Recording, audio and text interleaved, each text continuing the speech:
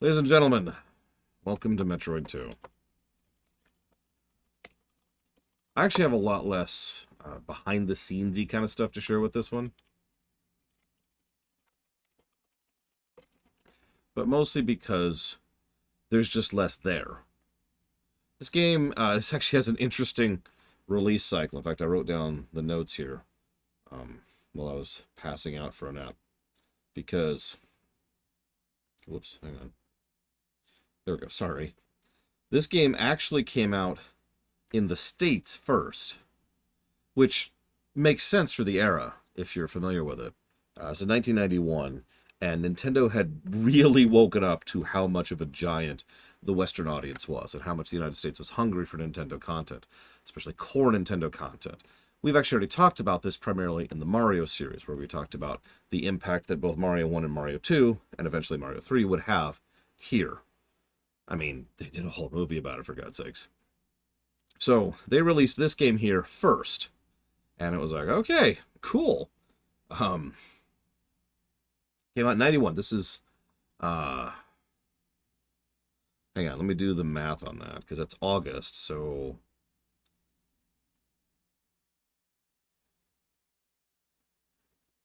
That is 5.5 years. I feel like my math is wrong there. That can't be right. 88, 87, 88, 89, 99. No, I'm right. It is 5.5 years after Metroid 1 came out. In Japan, I should mention. It's actually 4.5 years after Metroid 1 came out in the States. That's a hell of a gap, especially back then. Where, remember, most NES games came, hell, even SNES games, were coming out roughly 1 year or 2 years after their previous. Look at the Mega Man release dates windows for some time. So, nice big gap, and this game was being made, and it was originally being put together. Hang on, let me stop that for a second. Conjecture. Based on what I understand, this game was being put together in conjunction with the Super Game Boy, along with the Game Boy Color, actually. And in both cases, both projects ended up just being canceled for one reason or another. So instead, this game is actually a true, no really, Game Boy game. Nothing new, nothing flashy, nothing fancy. It certainly works well and was used to advertise the Super Metroid quite a bit. But either way, it was never actually concluded, and thus is effectively its own animal. We will, of course, be playing with some of those Super Game Boy features turned on, because I don't feel like destroying everybody's eyes by making them look at that for however many hours this takes. This game does the same thing a lot of games do. Something that games tend to not get a lot of credit for. I've actually got a Pokemon example for you. Not a lot of people really put a lot of credit behind Pokemon X and Y, even though X and Y were critical for the development of the series, because X and Y weren't that great at games. Not really. But you know what they were? They were push-forward games. They were games that are making me stutter. God, I'm sorry. I actually laid down as part of my new attempt to try and take care of myself, but I'm still a little bit out of it. I apologize because of the cornbread issue. I'll talk about that in just a second. But Pokemon X and Y added a whole bunch of quality of life features and changed and overhauls to reduce padding and archaic design. So that's cool. Same thing here. A lot of things got there first here. The very nature of saving your game, being able to actually have a refill station, actually getting the new Varia suit, the nature of how the Metroids work, the ability to crouch and shoot, the ability to shoot down. All of this is stuff that was invented for Metroid 2, and most people don't give it credit because most people look at the game that did it even better, Super Metroid. We've talked about this concept before. This is an innovator. Super is a codifier. Now, really quick, thank you very much, Yada. Always appreciate. Much obliged. I will go ahead. Yeah, I actually already talked about this. But this game was actually the very beginning of Other M. That's not a joke. Go watch my Other M video if you're not sure what I'm talking about there.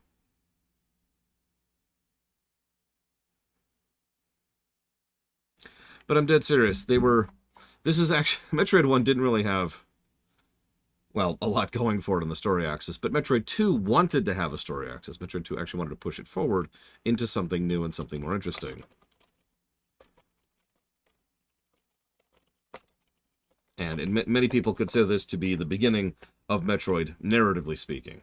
Also, fun little fact, although, of course, this makes less sense the more you think about it, Metroid 2 happens after all 3 Prime games. So, the order goes Metroid 1, and then she went off and did all the Prime stuff. And then the order came in, partially as a result of the Prime stuff. Okay, we can't have these Metroids bouncing around. We got to get rid of them because the galactic community is getting afraid of these Metroids, so we need to deal with them. So, let's go deal with them. And so they sent you to SR-388, or 338, or whichever it is, in order to go ahead and wipe out all the Metroids, leading to 2. And 2 leads immediately into 3. That is to say, Super. Really quick, thank you, Yada. I do always appreciate you already got that down for Dragon Quest VIII, the BRPG block, and DBZ Kakarot. Thank you very much, Yada. And yeah, they did. You're right, Talia said. They actually sent in squads in advance to check this place out, which all died because they're Metroids. But yeah, there's all kinds of little tidbits here. I should mention, I don't think the story axis of this game is going to do very well, because all the story I just told you is not in the game at all. None of that story is in the game. They didn't even have the opening and entry screen. Instead, all you get here is this screen right here. And then you're in. And that's it. You're in the game.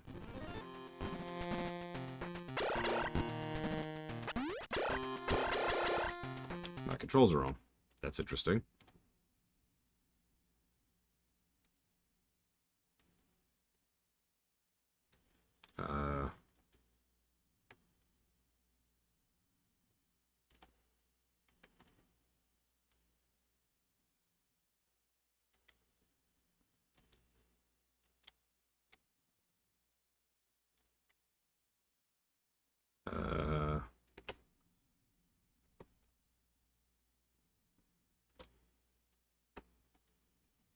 No, don't. Ah!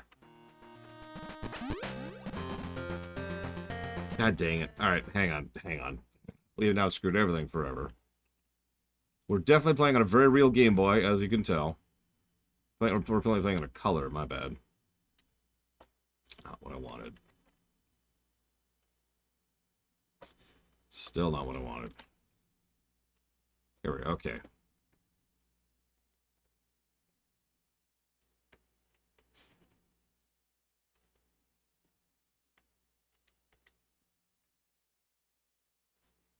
VGBA is actually an emulator that I stopped using because of all the issues it was having. There we go, much better. We switched over to Same Boy pretty much because of those issues. It's actually a recent thing. Okay. So, Javan just mentioned this, but one of the biggest problems I had with this game, and one of the biggest reasons why I kind of bounced off of it immediately when I was playing it when I was younger, is present on your screen right now. Yeah, let's just get to the bottom of the screen for a second. So we're, what, a third of the height of the entire screen? And that's, well, all that needs to be said about that, I think. Look at that. The game is zoomed in quite a bit, which means the game feels incredibly cramped with the tiny Game Boy screen. Yeah, it's the Shantae 1 problem, and trust me, speaking from experience, this is probably going to be an issue as we get further into it. Appreciate you, Mr. Red, thank you. I almost called you Mr. Troid. So, a couple of differences. First of all, actually, I want to address something real quick. Sean mentioned the New Game Plus mode, which exists for the NES Metroid, which kind of does exist. So if you start the game again immediately as you're playing Metroid 1, you gain access to whatever upgrades you've gained that aren't missile or health related, and you can start over again, which is cool and all, but only sticks for that one playthrough without passwords, obviously, and doesn't keep all your progress. So that's just not enough for a New Game Plus positive, which is why that didn't get a positive. The other thing I wanted to mention, though, is I'm sure some people somewhere are like, why didn't you just farm off of the Metroids? So I didn't realize the Metroids gave 30 health and 30 missiles back. Otherwise, I probably would have farmed them instead of spending 19 minutes farming that one frigging spot. So that's egg on my face for not realizing that they would finally have enemies that would drop high health in the last dungeon. I stand by my aggravation there. Alright, so.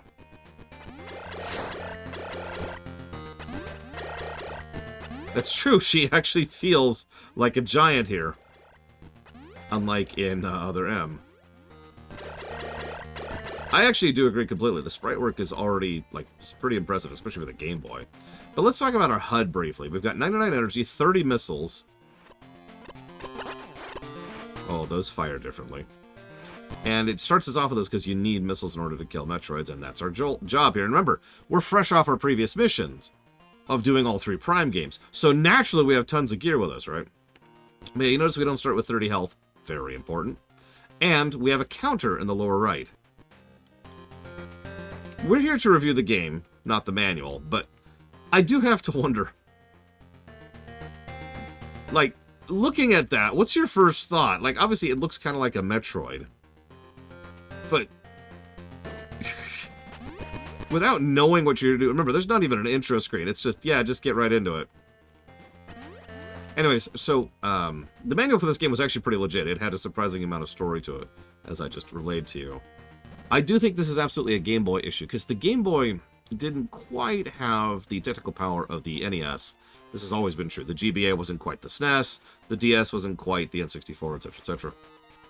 But each one of them, they could push the boundaries of what you could accomplish with the Game Boy quite a bit. But one of the solutions that they periodically came up with for the Game Boy in order to have decently detailed sprites and animations was zooming in, aka making the sprites gigantic. Again, Samus is like a third the height of the screen. That's not even an exaggeration. Look at her. Look at her. So that was their solution. But if she's that big, well... Anyway, I'm sorry. Getting back into it. This screen here is actually kind of cool. This screen is mostly here for returning Metroid players, from what I understand. But even if you're not a returning player, this screen forces you to acknowledge that there's one new thing you can do. Shoot down. And then there's an enemy which is on a platform who's too low for you to shoot, except you can now crouch. And you have to crouch in order to go into ball form, so at some point or another, if you're trying to go down, that's a likely thing to happen. So, not a bad tutorial screen. Now, Metroid 1 had a couple of tutorial screens like that, which were pretty bare bones, but, you know, it was something. It was better than nothing.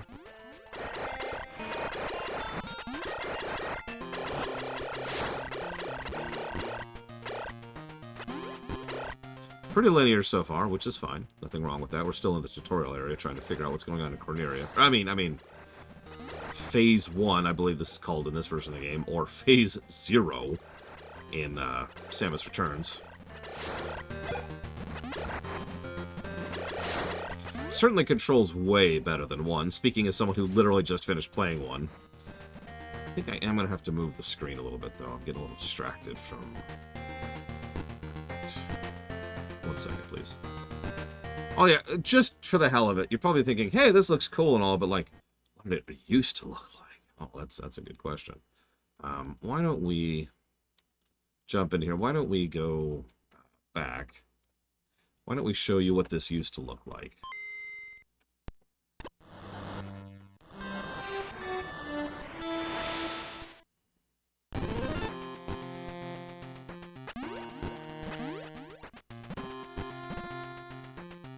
Behold its glory. Oh god, yeah. I actually have motion blur turned off. For those of you not aware, the original Game Boy actually had a tremendous amount of... Well, I don't want to call it motion blur, because that's not quite accurate, but I don't know what else to call it. It was... Oh, it was bad. It was so bad. It was so bad. I'm not even going to stick... I'm not going to force you to stick with it. We're just going to get rid of that immediately. I wonder what the Super looks like. Hang on.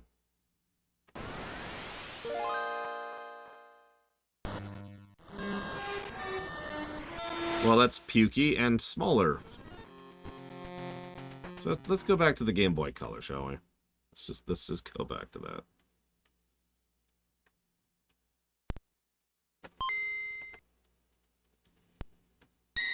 Yeah, I noticed that, Estimate. I don't even know what that was all about. Yeah, I think the color's probably our best option here. I do want to check one other thing. Please forgive me.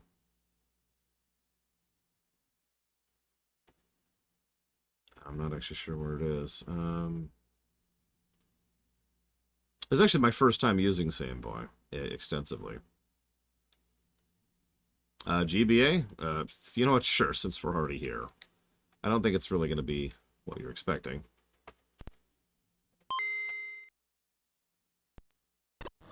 Yeah.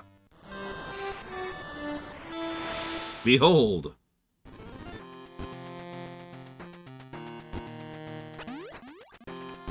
Yeah, you get it. Anyways,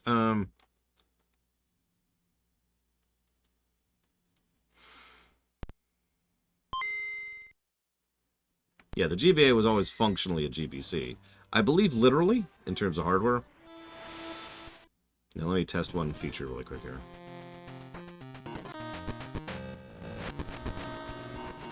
Okay, cool. There's something I'm not seeing here. I don't want cheats. It's got to be here, right? Hmm.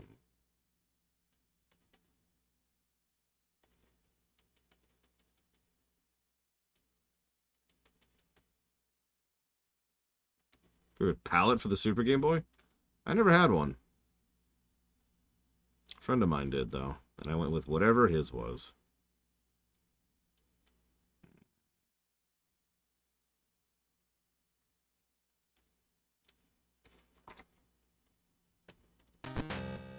One second, please.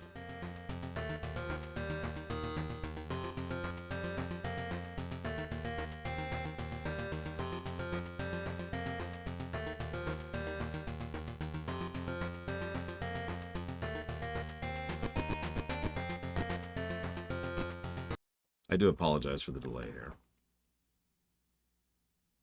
It's apparently the graphics option.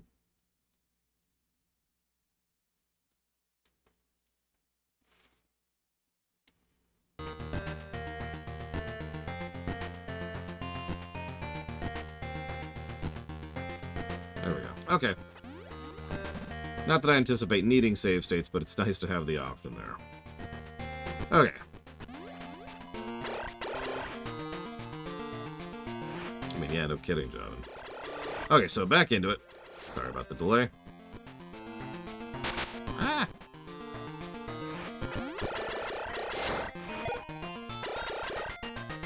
Well, enemies are dropping health when I need them to, so that's always nice.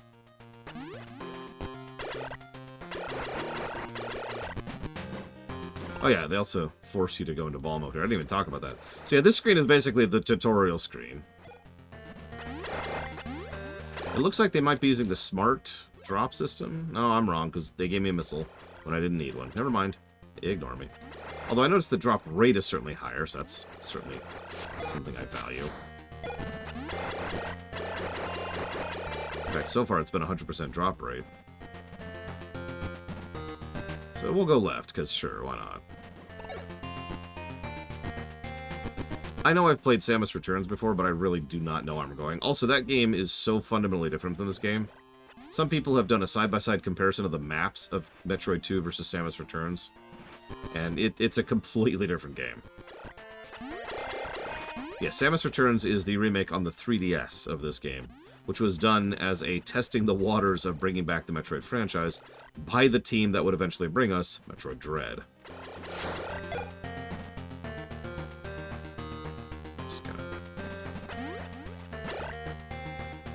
I would say it's a proper remake, personally.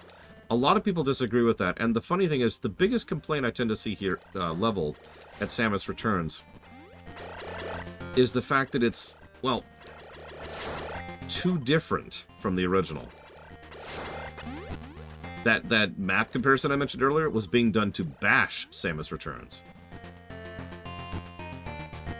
They then applauded AM2R for sticking to the original's map style. Oh my god, it's an alpha!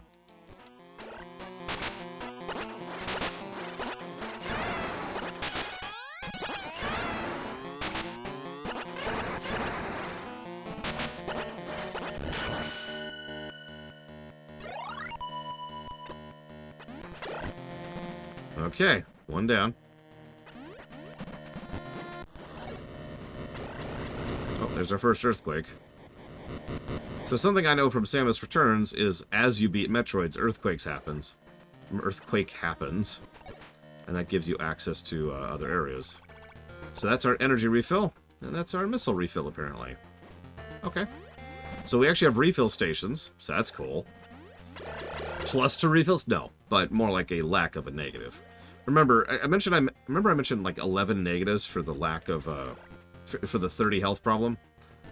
I actually was tallying it up afterwards. It was more than 11. I'm going to be honest, I don't remember how many it was now, but it was more than 11.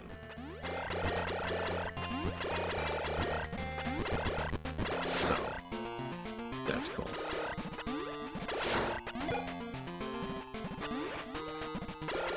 What I'm trying to say is that's 11 plus negatives dodged there, so yay! Oh no, absolutely, the alphas really should be low tier. You know what, that's actually a good question. Let's save state really quick.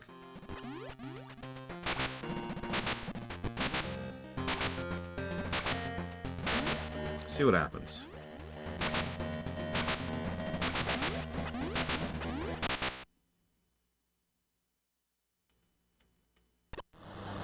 So, it looks like because we didn't, you know, save, the answer is you go back to your last save, which at the moment would be the beginning of the game.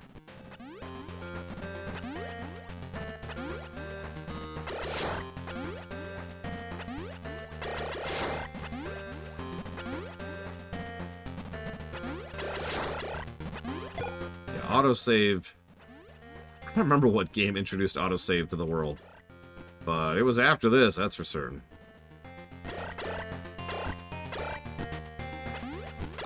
Oh, I have no idea, Mr. Red. Better.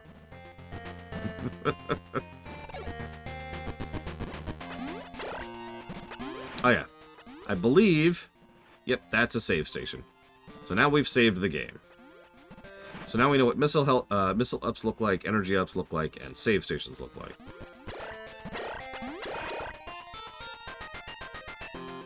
Oh my god, you're right. I need to give Metroid 1 another negative. God damn it. I'll do that off camera.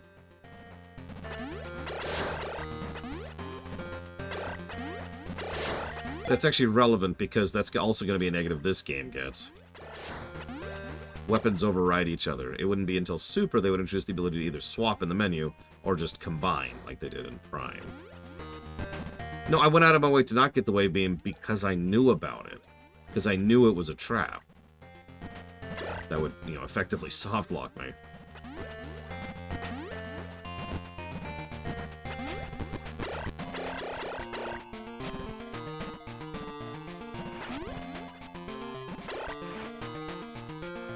You're so huge. Yeah, enemy placement is a little bit smarter. I mean, this feels like there's been 5 years of game development time. That's really what this feels like.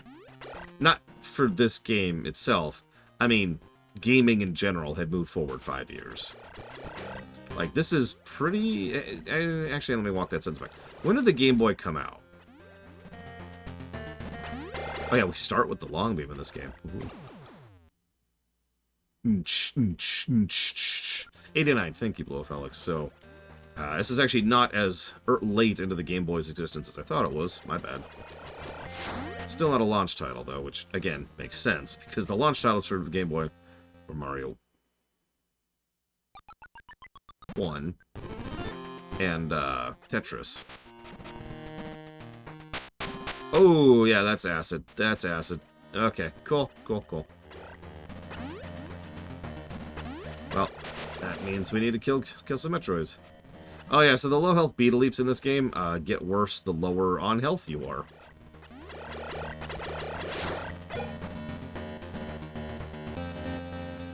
I haven't done a full playthrough of Mario Land for a long time, so I don't want to give too much of a judgment on that. Mario Land 2, by contrast, is an awesome game. I've played that, well, recently, like 8 years ago. Actually, I guess that's closer to 12 years ago now, but whatever. Point remaining.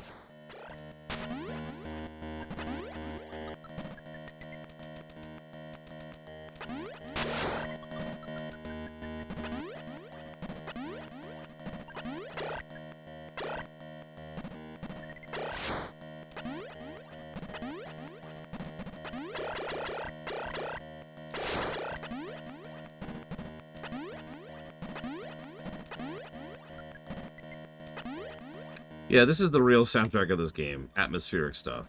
I don't mind that, consequently. It's just an interesting choice that the surface area has this, you know, very Metroid-y song. And then you go further down and it's very Metroid-y atmosphere instead.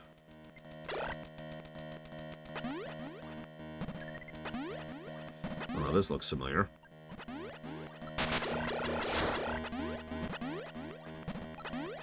The other thing you'll be hearing in the song a lot of. Low health beetle leaps. Oh yeah, we don't have bombs yet. Even though this happens after Prime, no, I'm not going to stop making fun of that. Putting Prime before 2 was never a good idea. I always assumed Prime was after Super. 1, 2, Super, Prime. And then Fusion towards the end. That made a degree of sense to me. Oh, okay. Let's see if we can refill.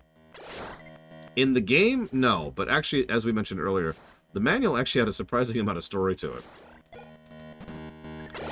It's funny you say that, Blow Alex. I feel like I'm actually agreeing with you. I might give it 1 negative. I don't know. I haven't decided yet. We'll see how much it bugs me throughout the course of the game.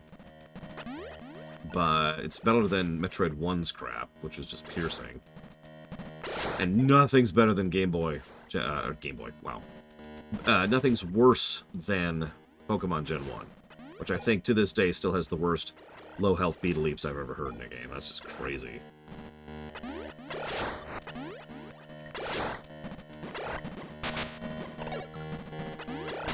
God dang it, come on. Yeah, it's more bassy, which doesn't hurt the ears as much.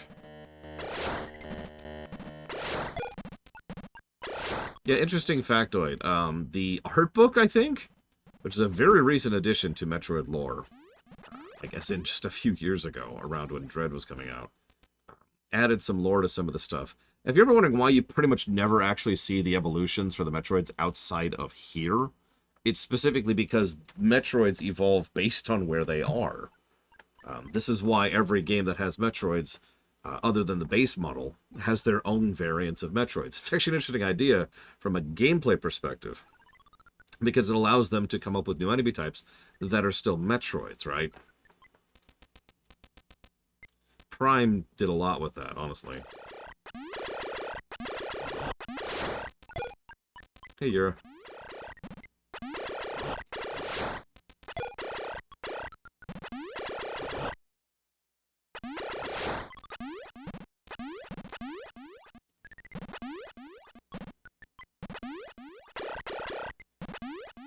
Yeah, pretty much, John.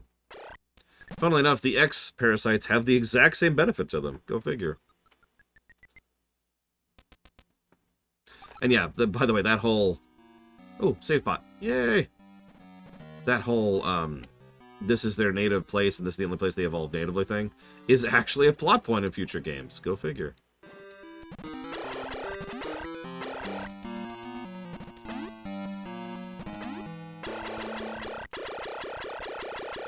Anyway, sorry, I promised you a story. So, after the events of the previous game and the Primes, several of the citizenry of the Galactic Federation got word of what Metroids were and the level of threat and danger they posed. Now, while the Metroids were not exactly particularly dangerous in a galactic sense because they're all self-contained, and there had been no real Metroid attacks, there was a lot of worries that the space pirates would try to weaponize Metroids, which it's worth noting they were absolutely trying to do in Metroid 1 and in Super and in the Primes. So because of that becoming public, there was a public outcry saying, holy crap, please, you got to do something about this. So the Federation sent several people. Ooh, this feels like an encounter room.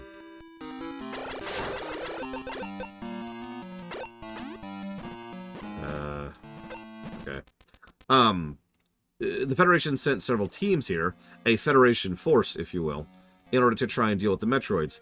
They never returned and were lost with all hands.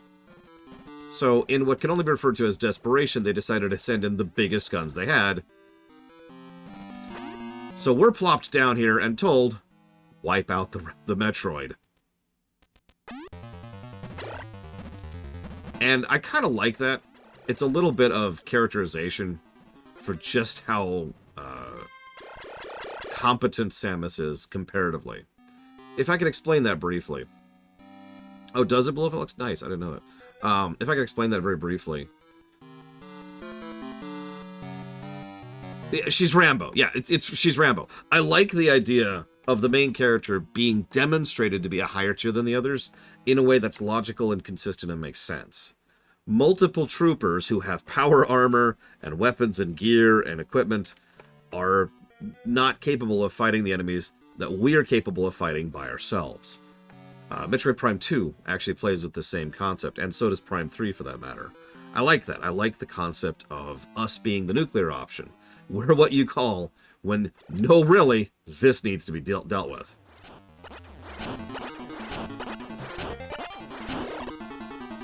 Yeah, we're the Star Destroyer, exactly. You know me, I like being a Star Destroyer. And yes, Dread is the furthest on the storyline, and yes, Metroid 2 effectively codified the setting. Metroid 1 barely even introduced the setting. Hey, it tells us what we get this time. Nice. No, exactly, Gingaman. As much as I disagree with Prime's placement, it's worth noting Prime 3 leads into 2 weirdly well. To an extent that I don't even disagree with it, you know? Like, I'm with it. Since by Prime 3, they not only understood the threat that Metroid Prime itself actually posed, but remember, they sent in some of the best bounty hunters they could find alongside Samus. We know what happened to them.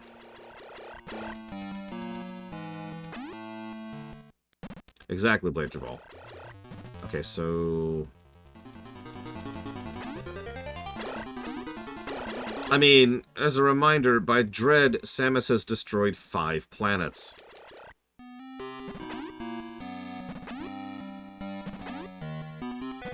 So... Not cannon fodder, no. That's a different concept. Ultimately, if I'm just being honest, it feels like I like things... I agree with you completely, Estimate. I like things when they make sense. If you want to make this place someone super awesome and super powerful, do a little bit of work to make it make sense. And I've always felt that Samus makes sense to me. I do. She is just on a tier above everyone else. And that works for me. It's worth noting that Samus tends to face stuff that is of ridiculous power levels. And she manages, barely in many cases, to hold off against those things. Yeah, you know what? Yeah, that's a good way to put that. Samus makes sense in contrast to Lightning. Lightning from 13.3, to be very clear about that. Exactly, Javan. Sorry, I'm gushing so much about Samus here, I apologize. I mean, I kind of like the idea, this would never go anywhere, but I kind of like the idea that Master Chief is like the younger brother who always aspired to be like his big sis Samus, you know?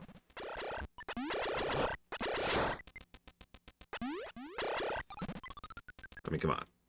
Okay, so I'm not sure where to go now. Let's see what I missed last time. I got the bombs. Can I go into this? Nope. Okay.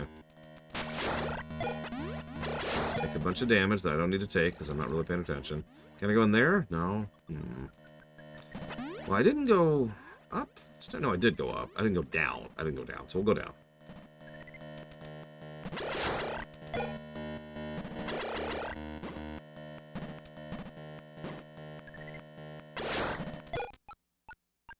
Yeah, Samus is like that cool grandma, you know what I mean? Uh-oh. So we've already got an alpha around here somewhere.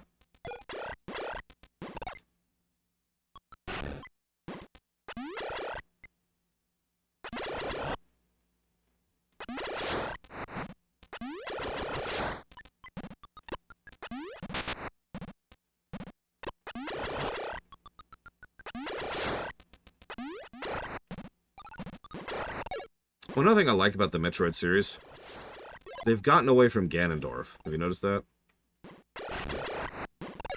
The space pirates haven't actually been relevant to the stories of the games for quite a while. And they shouldn't be. The space pirates were functionally defeated in Super. Like, that was the end of the space pirates.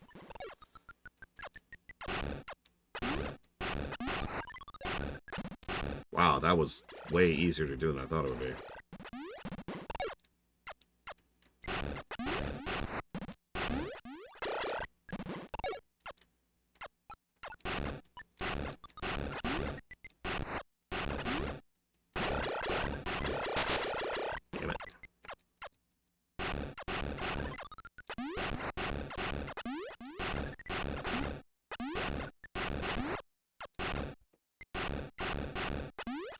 Let's just wait a second.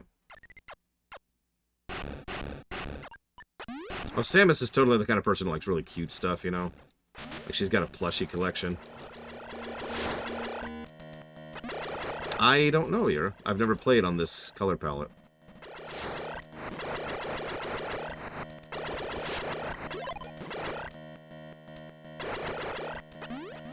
Look, I'm not bomb jumping, I swear. Although, maybe I actually am bomb jumping. Sorry, I should explain that briefly. The concept of bomb jumping comes from Metroid games. And in almost every Metroid game, if you're bomb jumping to reach something, then you're sequence breaking. You're bull crapping your way through it when you probably, you know, shouldn't be able to. So I might be bomb jumping here. I'm not sure. Oh, okay. Another alpha.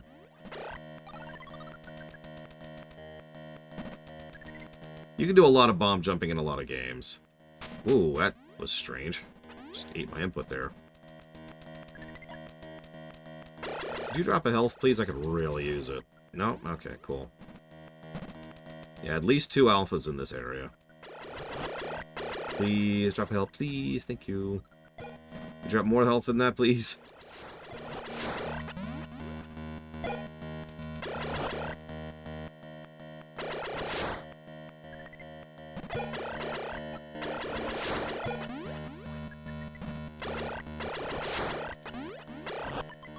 It's been a while since I've saved. I don't want to have to redo this. Oh, god dang it. Just a little bit too far to the right. Yeah, the drop rate's higher. I noticed the drops themselves are not better, but the drop rate is way higher.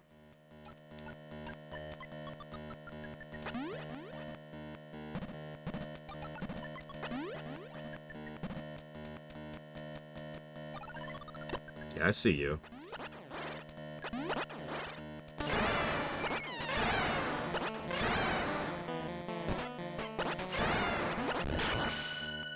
Okay, what's one of them down? Yeah, notice we're already getting some environmental storytelling that was completely absent in the previous game. Which goes back to what I talked about with Sakamoto, who, I remind you, had nothing to do with the creation of this game. Wasn't involved at all. I even double-checked that when I was doing research for this particular game. Completely uninvolved. But he was impressed with the storytelling, specifically the storytelling. No! No, what? No! Hang on. Enjoy the thing for just a second. What in the world?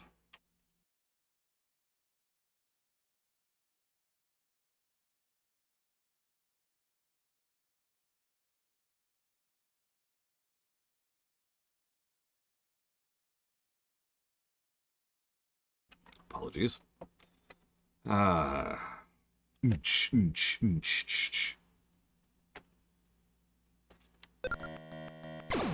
What does L mean? Does anyone know what that means over there? L03? Oh, that's my kill counter. Yeah, that tracks. Did you know that the way you beat this game is your kill counter has to be a specific number, and then you have to interact with a missile upgrade station. Once you do, the game is triggered to end. I know this because of speedruns. Oh, it's left in the area. Okay. Well, either way, there is a kill counter. I guess they don't actually show it on camera. But yeah, I guess that's how many we need before the acid goes down. Which would make sense. There's an actual goal there. Okay, so we didn't actually go this way last time. At least I don't think we did. Oh, because we're already low on health. Dying horribly. Oh, Jesus. Oh, Jesus. No! And we're dead. God damn it! Okay. Hi, J. Palmer. There's still no map, by the way. Where are we? Okay. Were we going this way? God, where are we?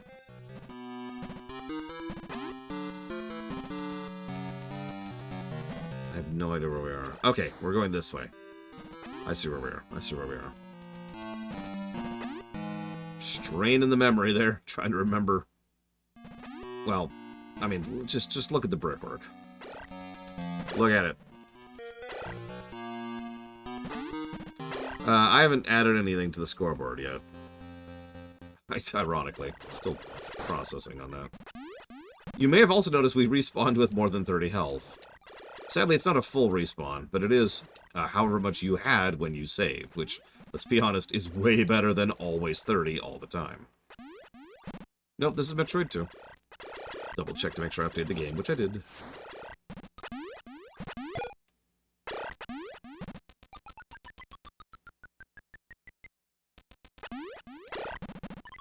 Okay, so let's try to do this without dying this time. Fail instantly, of course.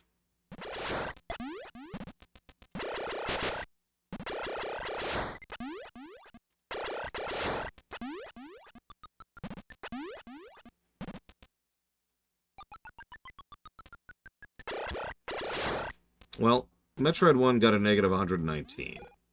So, didn't do super well. Would I rather replay Other M or Metroid 1? Under what provisos?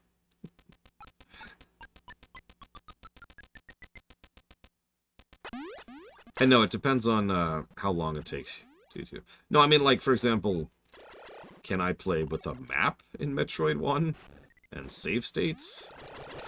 Am I playing with a Wiimote or my controls on an emulator with Other M? You know, stuff like that. So if I'm just playing on the Wii versus playing Metroid 1, I'd probably take Metroid 1.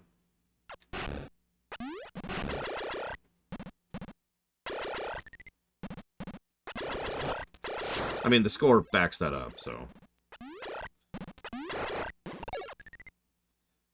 Listen, we'll see the baby later, okay? It's fine. It's fine. Don't worry about it. Don't worry about it. As I already pointed out, I really was astonished how often they said the baby in the intro of Other M. 11 times. 11 times in the intro. And then they, like, never say it again.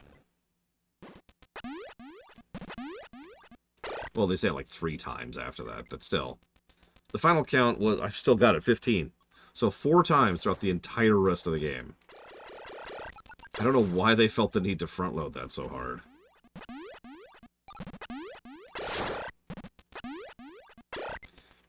But I've talked about that concept before. Certain things get mimetically repeated to the point of, you know, that's what we think about Metroid Other M as, is the baby.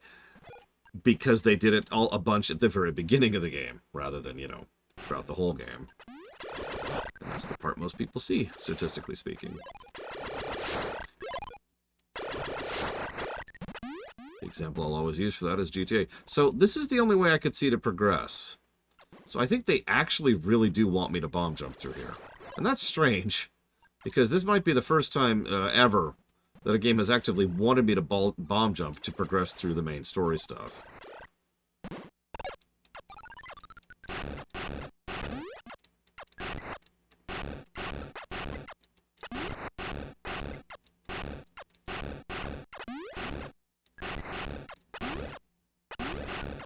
Experimenting with timing here, don't mind me.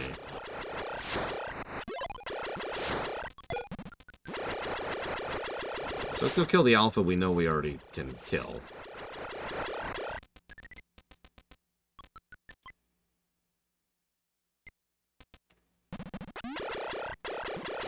Well, like I said, Bull of Alex. First 10 minutes, right?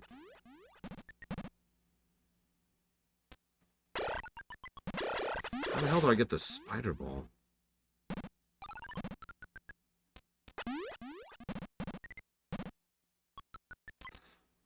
You know, I don't actually know, Jay Palmer.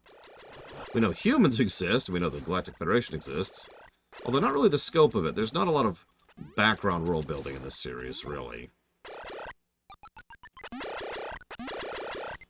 We probably have more world building in Prime 3 and Other M than, like, the entire rest of the franchise combined.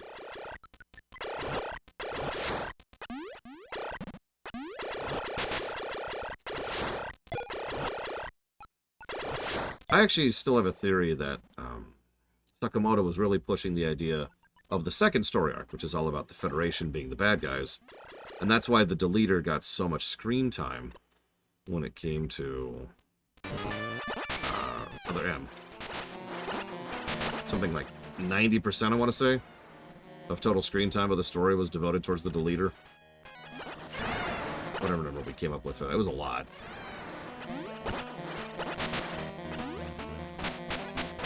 And dead.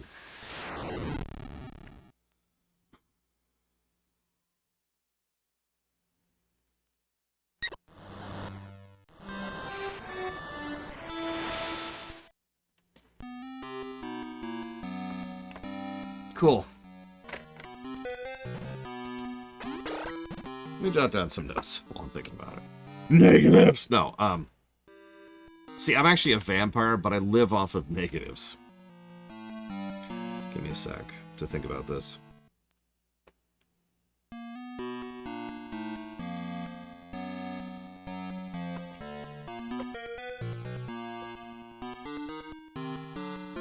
Oh yeah, the last few days I've been like, oh no.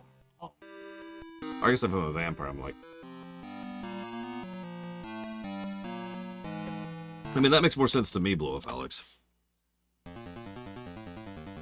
But we've only really had 2 games with the feds as the bad guys, so... Oh, absolutely, you're... Yes, every time I do a lamentation, my level goes up. I gain a level in real life. That would be funny. Alright, now we're reviewing, the entire Atari catalog.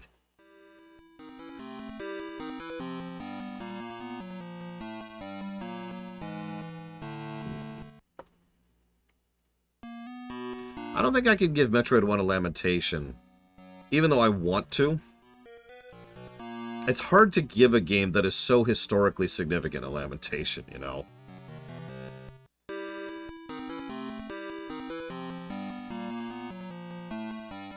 Like, it just feels weird to do that. So we've got tutorialization.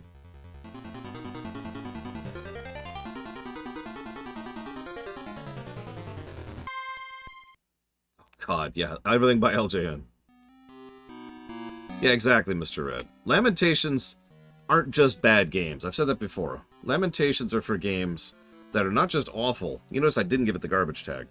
But have that extra little bit of oomph in addition to being awful. Metroid 1 had neither. We'll drop this down.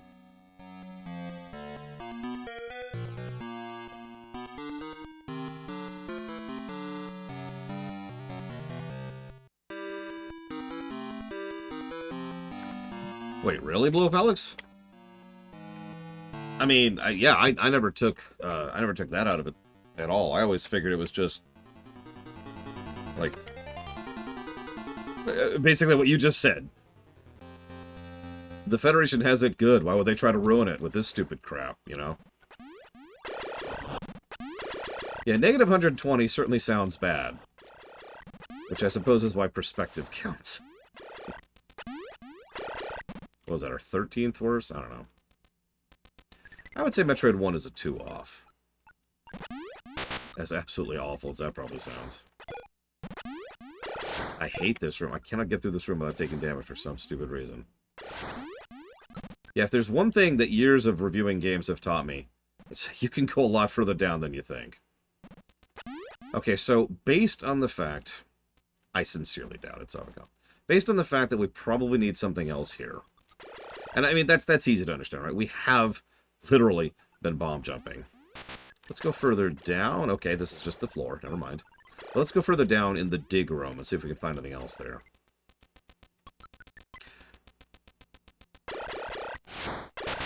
God dang it. No! Ah!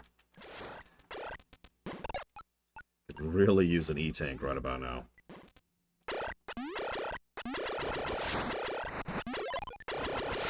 I mean, this is the only way I can go, physically, so I guess I'm wrong. By default, because this is the only way to go. I mean, I don't have a map in front of me, but, you know.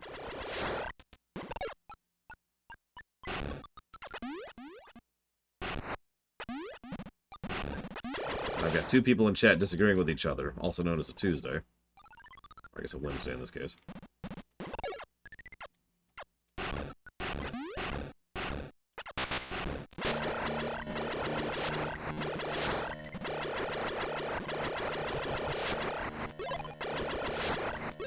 Stop giving me missiles I don't need. Is there nothing down? There is nothing down.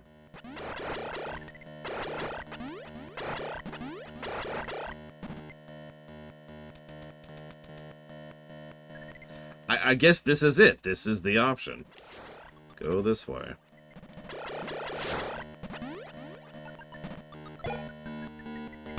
God damn it. Did I already go left?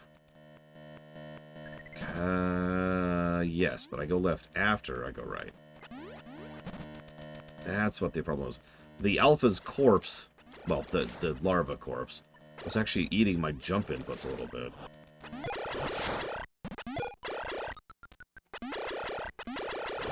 Also, the reason I think it's Thursday is because we swapped Wednesdays and Thursdays this week for who's responsible for dinner. So it's not Wednesday. It can't be. I'm not responsible for dinner tonight. Yeah, it's viscous. Yeah. I think it's goop. Okay, walking in with a bit more health.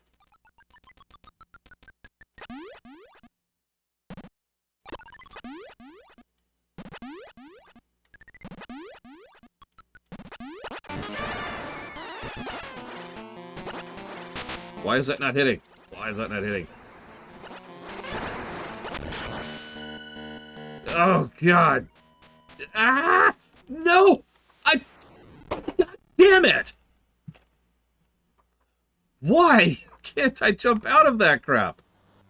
Ah!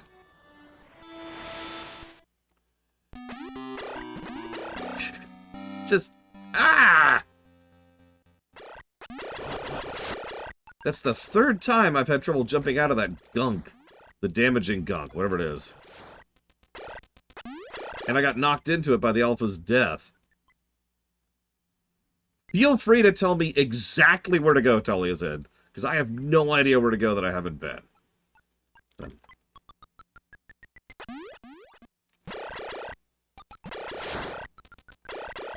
Yeah, this, what you're listening to is the soundtrack.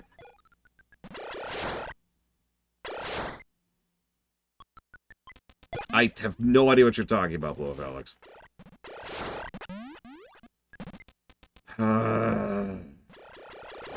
God damn it.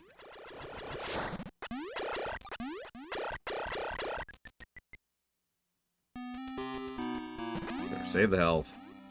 Save the health, please. Thank you.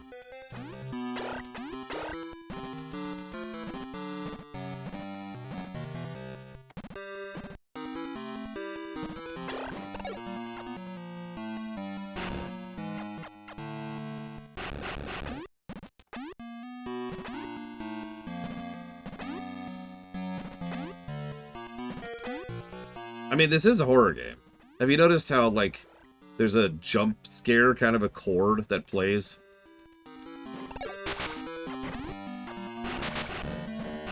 Every time a Metroid shows up?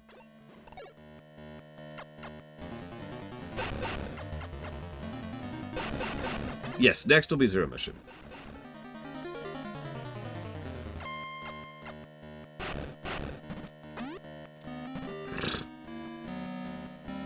I'm gonna be honest, I never would have found that. And yeah, I know. Metroid 1 rules. Which I already gave negatives for, so I'm not gonna repeat myself on that. I mean, I'm gonna give negatives to this for it, but you get my point.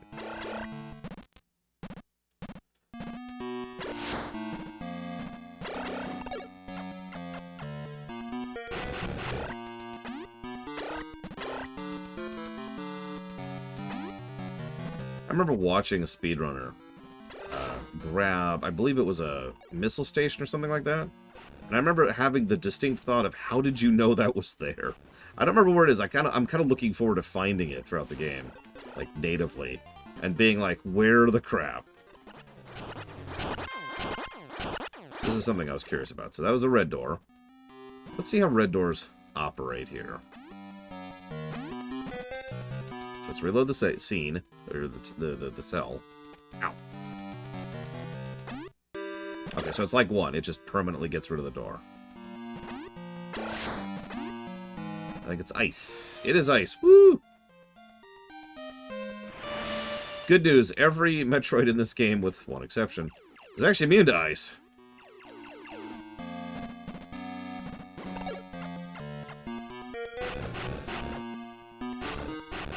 Or it's not weak to it, might be a better way to phrase that. Oh, 100%, you're right. It's... I know graphics limitations and hardware limitations, but god dang, it's hard to tell what I'm doing with this. Okay, so I don't want to sound too complainy, but this does kind of trigger my claustrophobia a little bit. Because we are so zoomed in.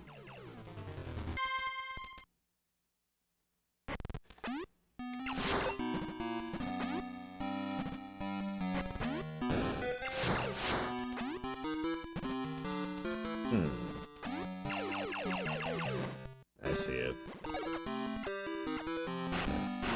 I mean, that would make sense, Cycloud, since you're supposed to missile them.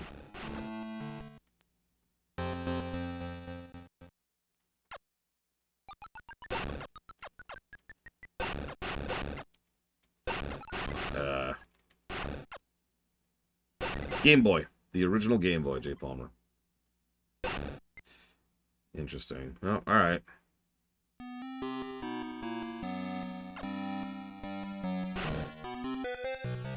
Yeah, 1991. Back in the day.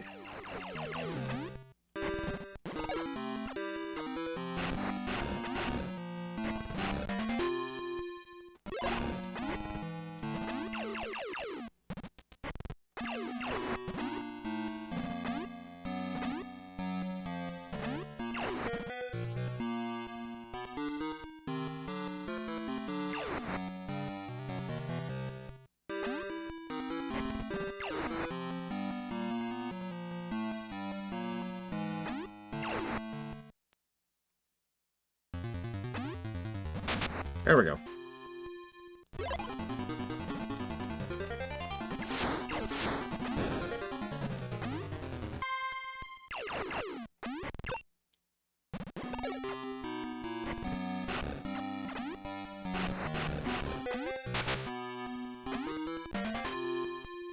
Alright, 3 missile packs. I'll take that.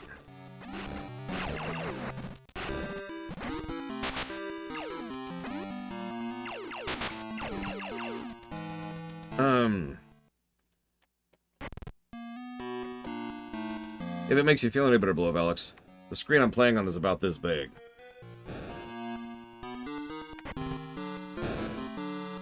I could probably make it bigger, but I don't know. It's being weird. The left number is my energy, the middle number is my missiles, the right number is how many... whatcha-figs? I can't even think of what they're called. Metroids. How many Metroids are left? Did I already go left? I already went left. That was the ice beam.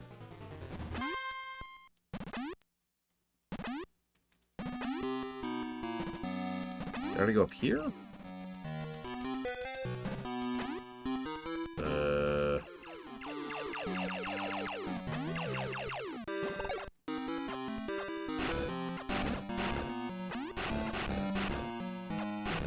This is where I came in. Right, okay. Sorry, I'm... Look. Everything looks the same. What do you want from me? What's really funny is I actually didn't have much trouble navigating Metroid 1. Not really. The only things I needed the map for were things that I couldn't tell normally. You know, bomb every screen kind of stuff. Everything else I was able to figure out.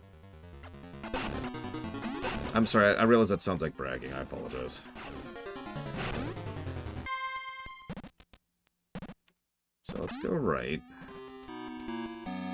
Let's get a silenced call. Let's kill this guy. Let's kill this guy too. In this universe...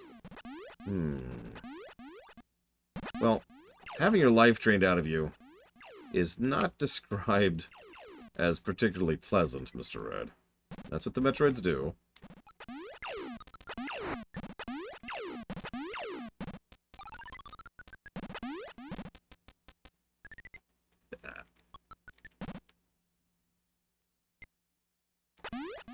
Of all the things I was ready for, that was actually not one of them.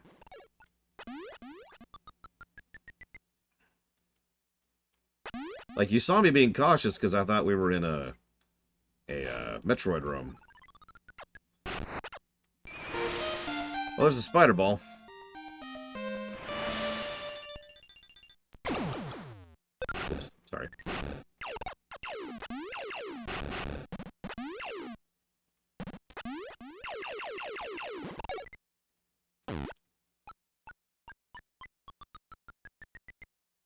That's interesting. Nothing whatsoever visually indicating that's a path. I was impressed with AM2R for like the 1 hour we played it. How do I... There we go.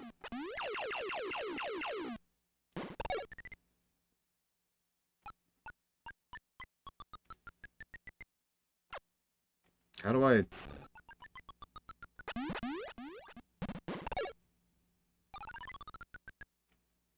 I'll go down in a second. How do I activate it? Ah, right. That's what you mean by down. Okay, so how do I... There we go.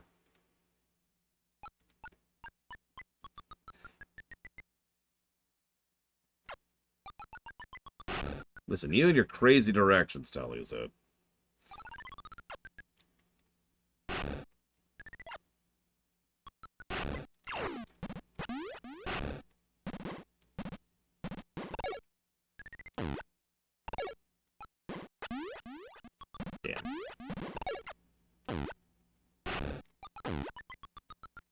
Make it? I did. Cool. I mean, I don't know if Metroids would really add anything to the Scourge that they don't already have.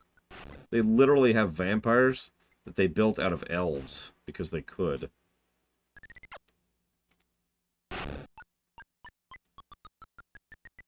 Yeah, I figured that would happen, Tullyza, but I realized I needed to actually test if that was what was going to happen or not.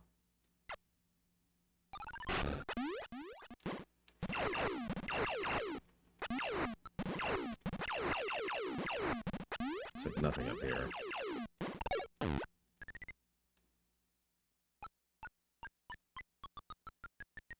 Listen, it's not my fault gravity exists, okay? If I had my way...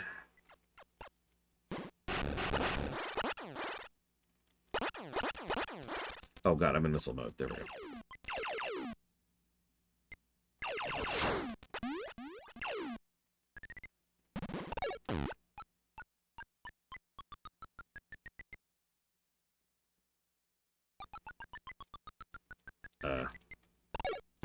There we go. Jump, apparently, to get out of Spider-Ball mode.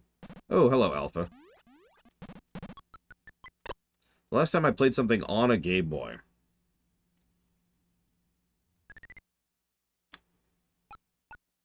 Hang on, let me think about that.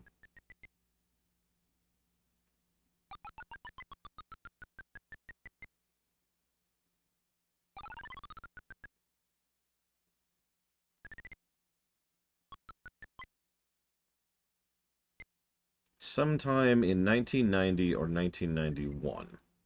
And the game in question was Mario Land.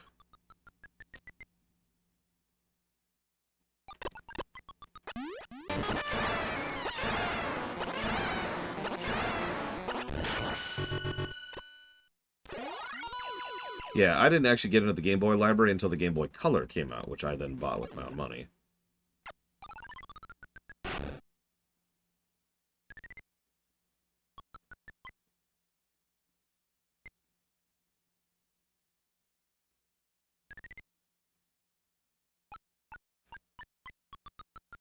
This is certainly interesting.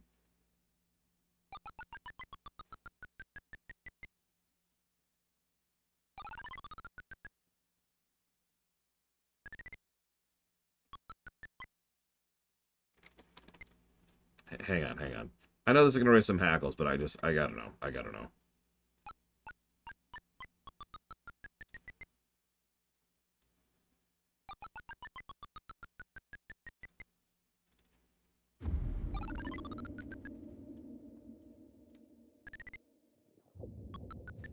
I mean, the Game Boy was a super luxury good back when I was, you know, a kid. Ah! Like, the rich kids had the Game Boys.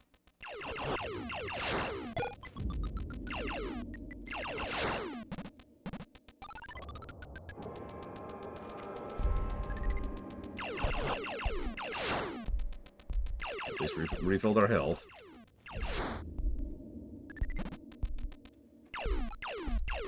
Yeah, I knew one kid who had a Game Boy. I was in 7th grade. That's the incident I just mentioned.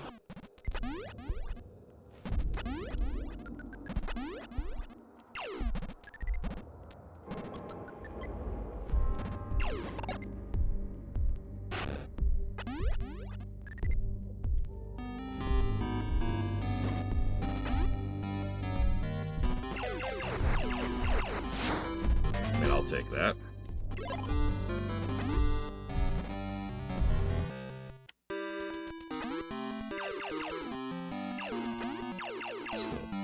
Chozo refill station.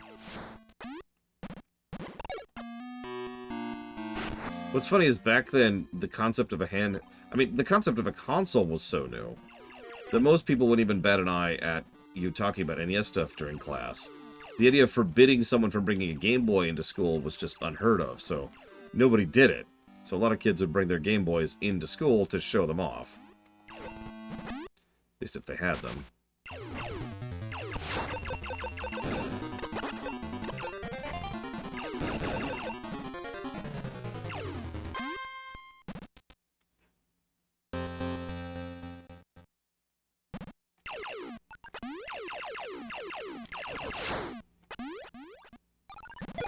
You know, honestly, ditto. Although, not as a kid, Euro. I've always kind of valued handheld gaming a little bit more than traditional console gaming. And I don't really have a good experience, or a good explanation for why.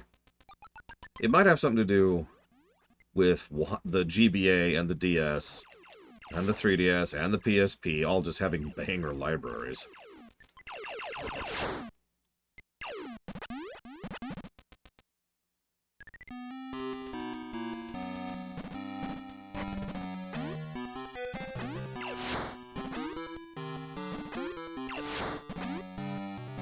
Yeah, that's what I thought.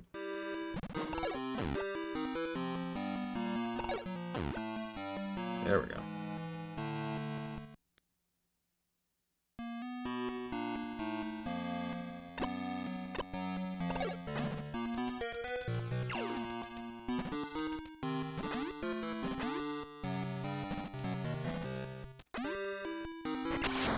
God dang it.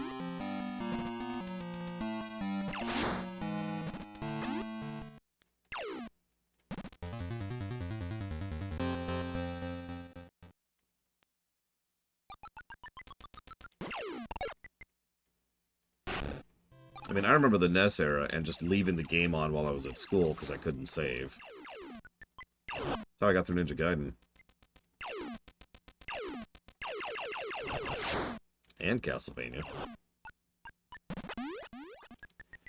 Yeah, not having a backlit screen. Oh my gosh. If there was one thing that the SP added to the universe, it was the backlit screen. Holy crap. Castlevania? No. No, Ninja Gaiden I found scary. And I'm not actually joking about that. That game freaked me out. Thank you, Baron. Always appreciate you. If you give me a moment here.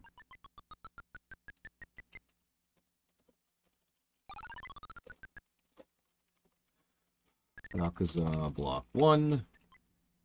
PMD block, I think? Yeah. And Kirby block. You got it. Thank you again, Baron, very much. Have a good day at work. Hopefully. Oh, I liked Simon's Quest. I don't really have a good explanation for why. Well, I mean, actually, I do. I have a perfect explanation for why.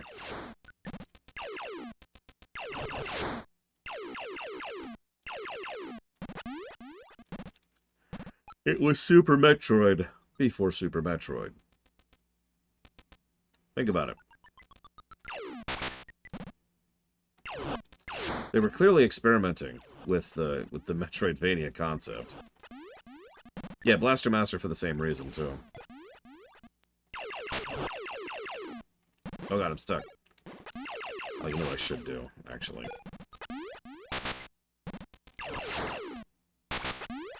Well, that sounds terrible, Pluvision Bolt.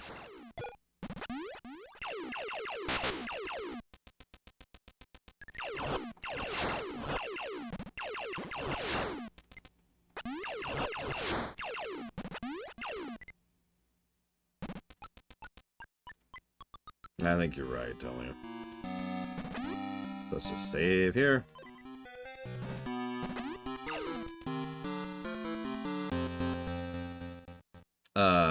Three was after Simon's Quest. And 3 is the brutal one. Probably the best designed overall of the original trilogy, just from like a objective perspective. But 3 is mean. 3 is unabashed at beating your teeth in.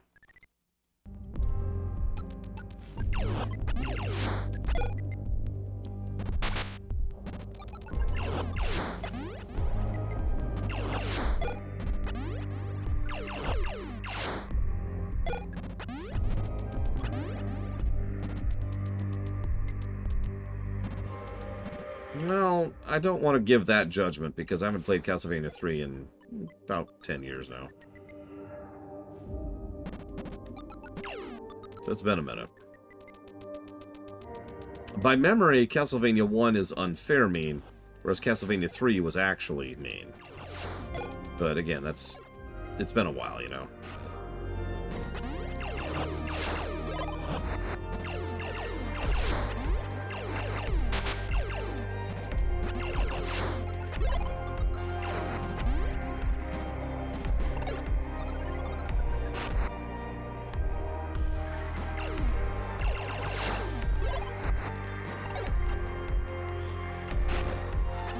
Well, 3 was also a really tightly designed game in general, so that might be affecting that.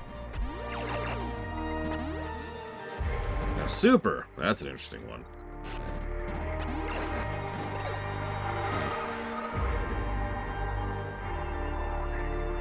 No, Talia. I tried that immediately.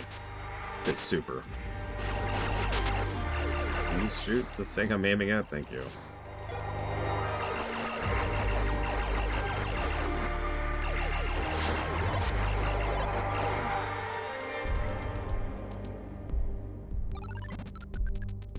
There might be one up.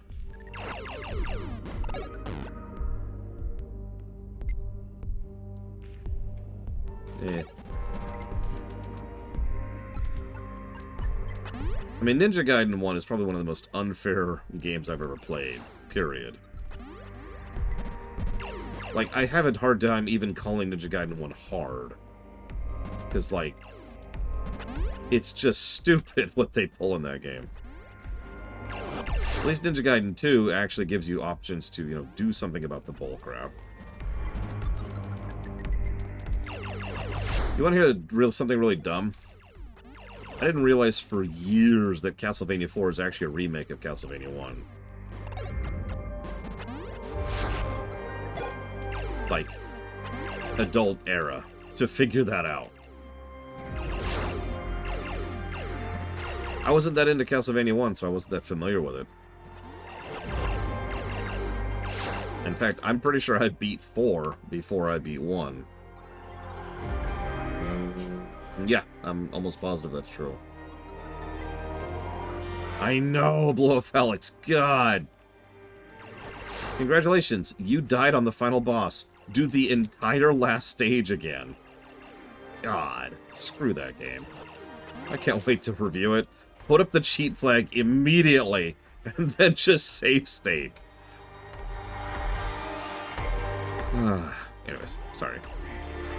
So I'm going to take Blue of Alex's suggestion here and just run to the right. Oh, right.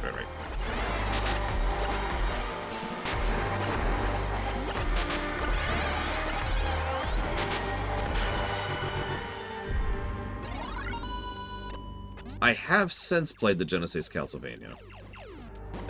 Actually, I'm pretty sure that my friend had that one too. 2 left in the area. I'm also pretty sure I own Bloodlines on the PSP, I think? Hang on. Well, you know what? You guys can look it up. Ah, I'm gonna scooch my pants down. I hate it how my pants just ride up bit by bit as I'm sitting here. No, you're right. That was Dracula X on the PSP.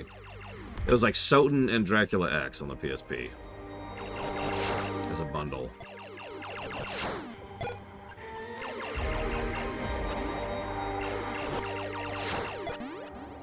Maybe not. I don't know.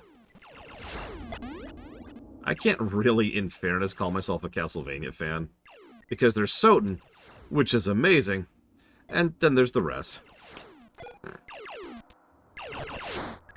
I'm actually really curious how they're going to review when we get there. Because I think all 3 Castlevanias are part of the NES block.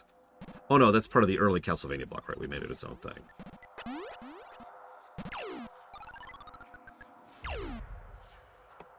No reason.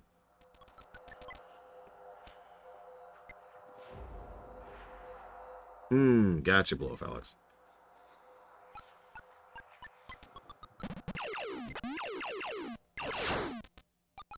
God, I've also only played through the GBA and DS ones like once each.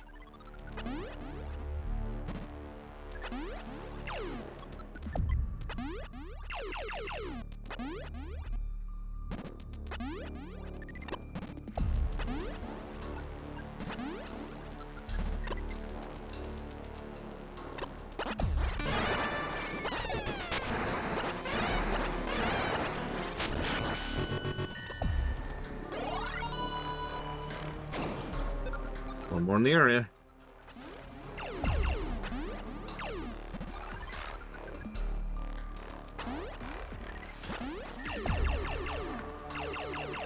Just checking walls and floors, don't mind me. No, don't do spider. There we go.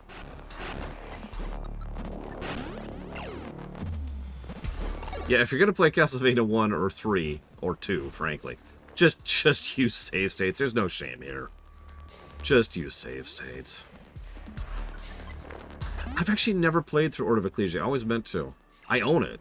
I bought it as soon as it came out on Faith, and I just never had a time to sit down and play it. Yeah, this game actually has, this emulator, I should say, actually supports rewinds. Check it out. Vroom, vroom, vroom, vroom, vroom. Rewinding is such a great feature. More things need that. More ports need that. Let's see. So I've played Fire Emblem 7, 8 on the GBA. And then I have played 4? The big political one, which was SNES. It was a patch, obviously. Then I played Awakening, which was 3DS. And then Fates, which was 3DS, I think. Genealogy, that's the one. Thank you. And 3 houses, and I think it's actually the full list.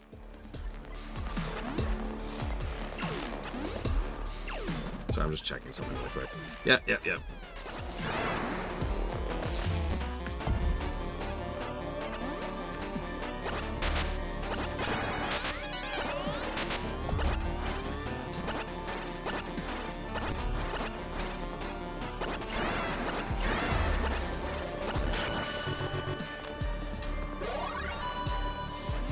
That should be Earthquake? Maybe? Either way, let's get out of here and save. Everybody in the universe wants a remake of Genealogy. Myself included, I feel like adding. I don't know what the hesitation is on that, unless they just want to keep pushing the gacha stuff, which, you know, I can see why. Whether I want it to be true or not.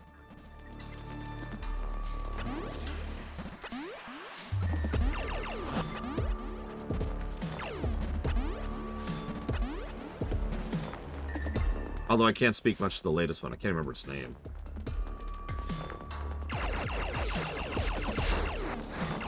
The red and blue one. Engage, that's it. Engage. I don't even own that yet. Ah, you're right, Blow Off Alex. I actually forgot Fates was split like that.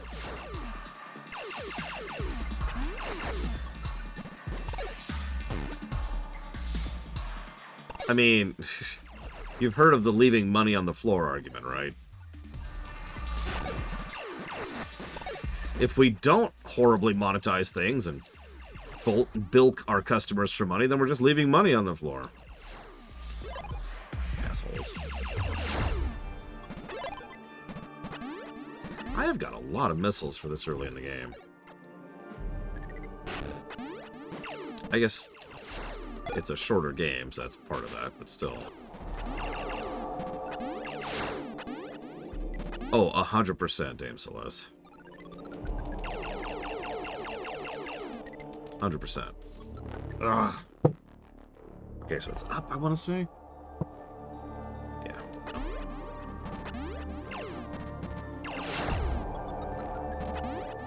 Yeah, I remember the, it's the Zetas or the Omicrons, I forget which, but I don't remember them fondly from Samus Returns.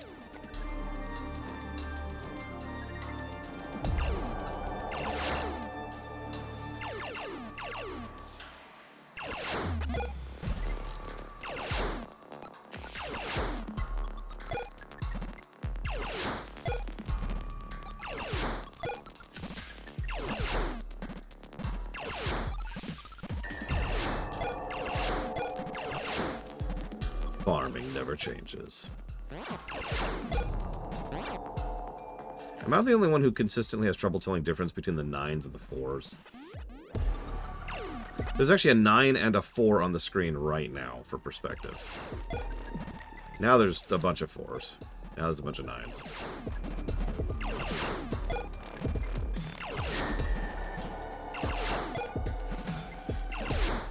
Like, more than once I've looked down and been like, oh, I've got plenty, and I actually had 4 instead of 9.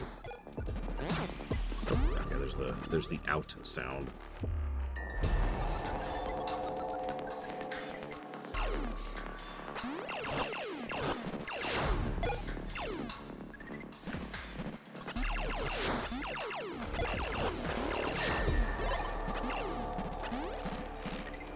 $89 is pretty good. We'll go ahead and lock in 89 health.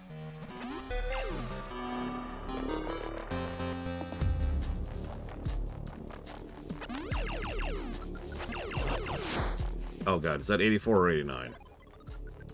God damn it, I would like to say I did that on purpose. Now it's 89! Which entry would I most like a Yakuza-style beat-em-up of awesome in? Let me think about that for a second.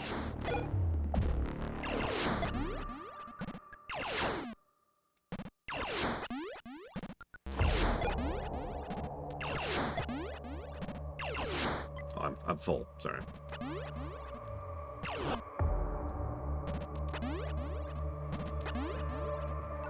I'm at 44.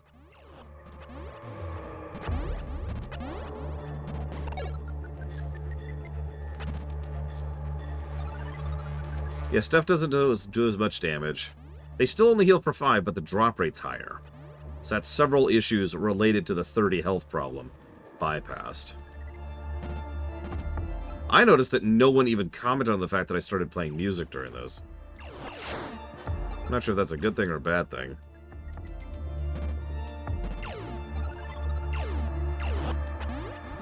Oh, no, no, no, no, no, no.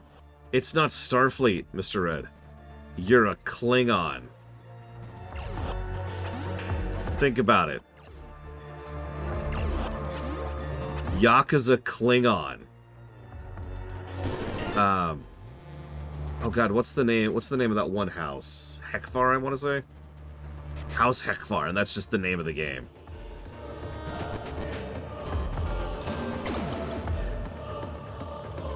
I actually don't think Mechanicus music fits well. So I'm gonna get rid of it.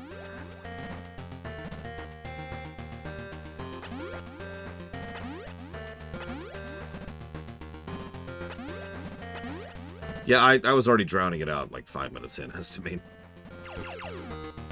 I actually have a playlist.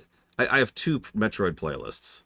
I call this one Metroid High, because it's like all the boss songs, you know? Like, or... But then I've got Metroid Low. That's all the atmospheric stuff.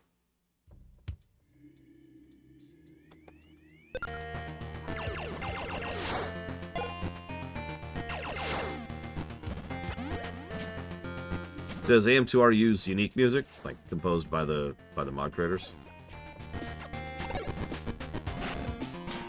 Nice. Much props. Much wow.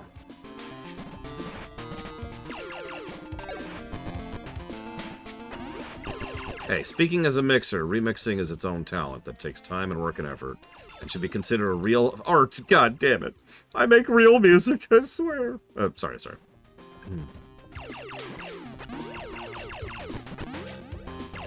I actually think one of the reasons that remixes tend to get so much of a rap, oh my god, is because of bad remixers. I'm sure you've heard of the person who just, like, does nothing to the song. It's like, hey, I made a remix of it. I can't even describe that properly. Who doesn't remix it?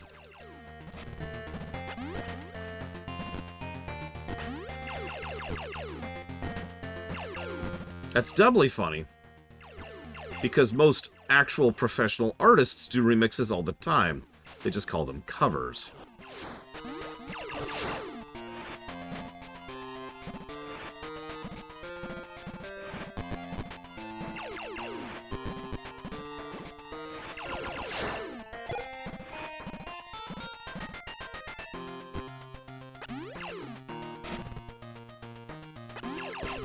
Covers are real music. I don't know why that's even a question. I mean, I know exactly why it's a question. Thanks, license labels. Okay, so there's something to the left. What do we got over here? Nothing. Okay, to the left it is. Yeah, isn't Eiffel 65's Blue Song a cover? Or am I misremembering? So let's see. So, here's the thing, Zach Taft. You're asking me how I would give voice direction to Jessica, what's her name, for Metroid Other M. The problem here is what I would do is I would give her direction. I can't summarize that because that's how good voice direction works. You don't say, sound stoic. If you tell your actor to sound stoic, you're a bad voice director. What you need to do is you need to get across enough of the information, background, behind the scenes, stuff that's off camera, and the intonations of the scene, and what's going to happen in the future, too, so that the actor can tell the mind space of the person in question. They can actually tell what the person is thinking and feeling when they're acting it.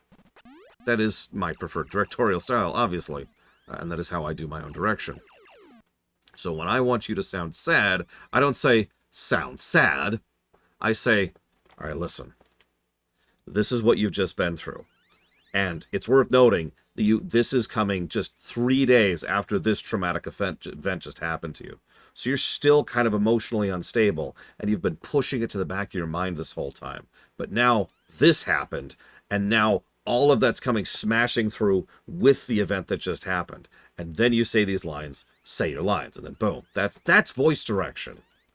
And I just made that up right off the top of my head.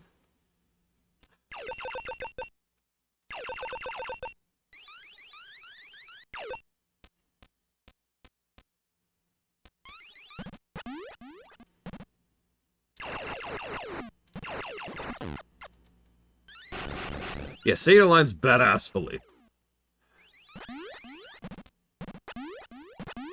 Okay.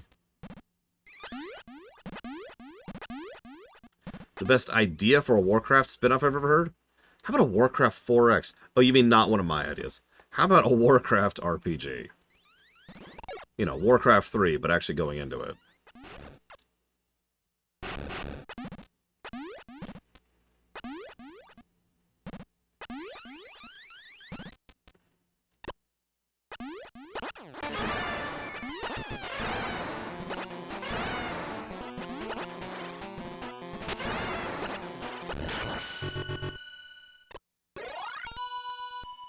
Actually, I want a StarCraft city builder, but if you made a good Warcraft city builder, I'd probably buy the crap out of that the day it came out.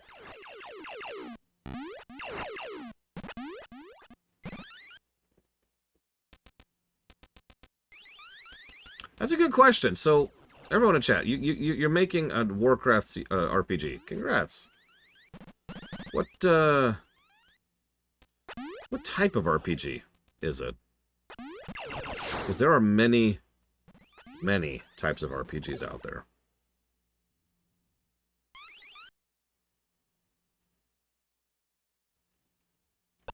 Like, RPG is probably one of the biggest overall subgenres, or excuse me, sorry, the opposite subgenres, umbrella genres that exist.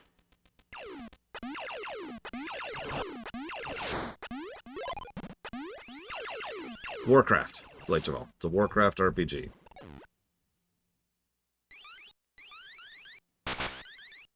Uh-huh.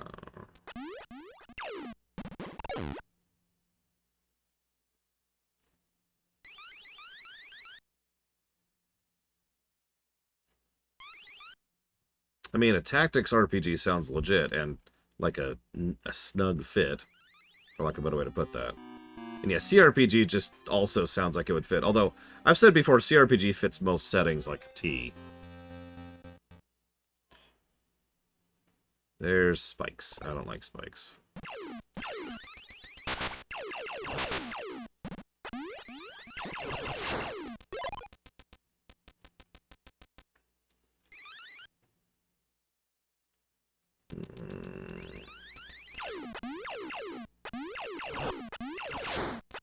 I think it would depend on the scope of the story you're trying to tell, Blade Taval. If you wanted something more down-to-earth, which Warcraft doesn't do... Let me walk that back. Which WoW does all the freaking time. You know, some of the best storytelling Blizzard's ever put out. That's CRPG, absolutely. If you want to do something a little bit more, you know, main character-y, MSQ-y, that feels like a Diablo-like at that point. Because you want to be, you know, spectacle, right? A Warcraft RTS? That'll never work. Come on, Yura. Oh, hey, a save station. Woo!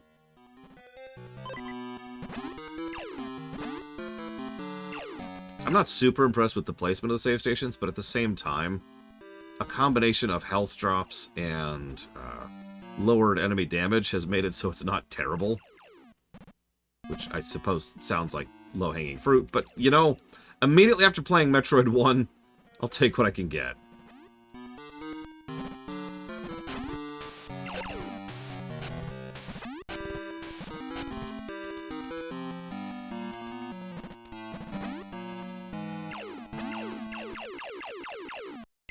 I mean, a Yakuza-style Warcraft game would probably work as well.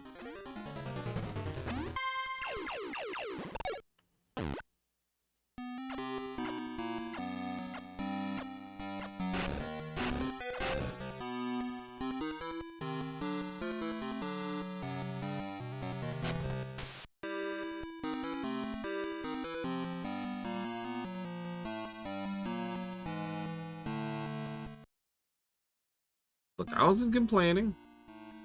I was praising the game.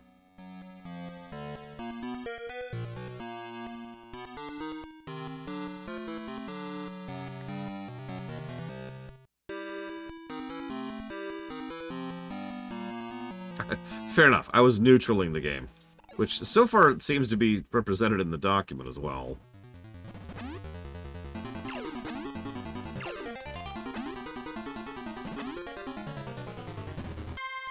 It depends. I think I smell dinner cooking right now. Can you smell what the lore is cooking? Because it's nothing. I'm not actually cooking right now. But tomorrow. Hopefully we'll beat this game early tomorrow, because tomorrow is going to be a cutoff early day. We're having a movie night for the eldest who has never seen The Princess Bride.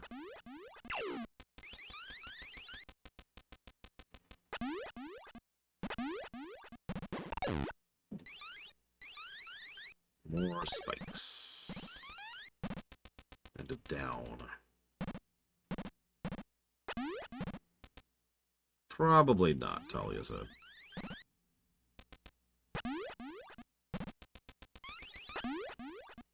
What's really funny is it is my sister's favorite movie of all time, and somehow she has not made her daughter watch it. I was making fun of her for that.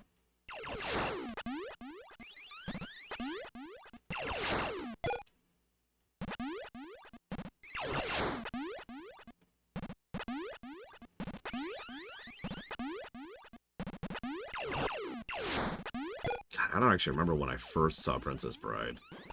Most of my early movie career wasn't in VHS stuff. It was like the stuff that would show up on TV.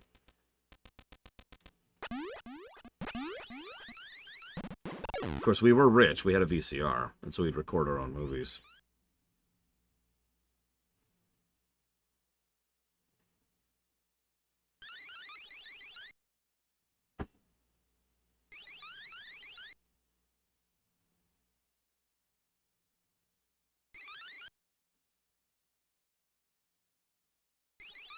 This is a thing.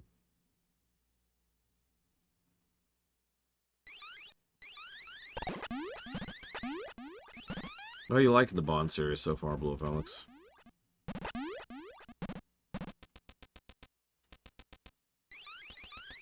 There's 7 in this area. I haven't seen any yet. A lot of spikes.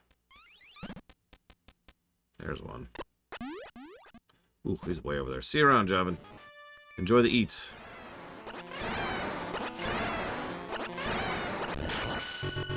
Six now.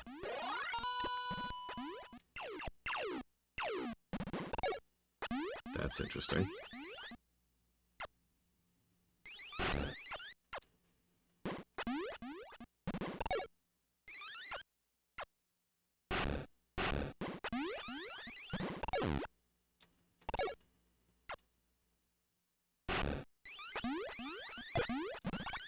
Oh, there's an energy refill. So, good to know. Yeah, I was just about to ask, why are the refills hidden in the wall? I'm not actually complaining. Whoa, hello. I'm honestly curious. It's a weird design choice. Unless it's a Castlevania reference. That'd actually be funny. Thank you, Pancakes. Always. Give me one moment. Thunderball. Ooh, yeah. My mother made me watch all of them in one run, and only a few of them really stuck with me. The really good and the really bad.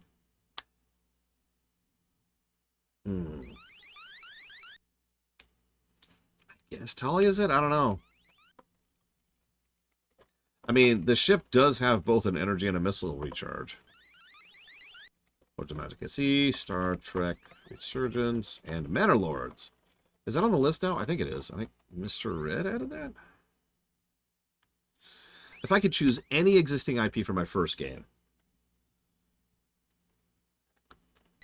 how competent of a game developer am I in this scenario, Hira? Because my first game is probably gonna suck.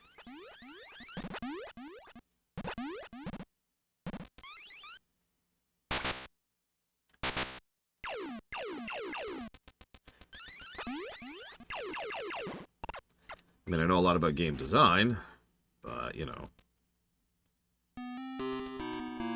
Okay, so first ever game of...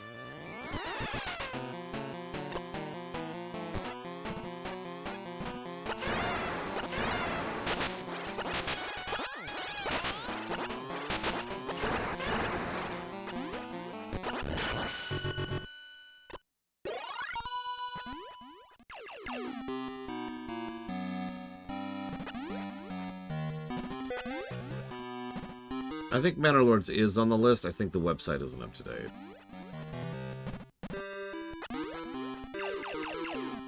Yeah, no, I just had that random thought in the middle of that Blade to Fall. Like, Yep, I definitely have full HP right now. Wink.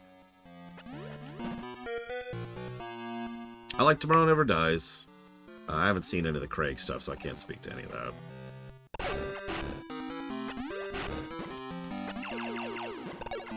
I also enjoy some of the stupider, cheesier ones.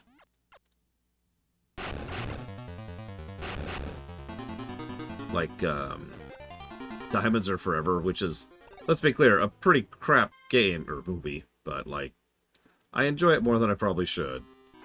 And yeah, Moonraker's another one. I enjoy it pretty much because it's just unabashedly silly. Not as a serious Bond film, for lack of a better way to phrase that.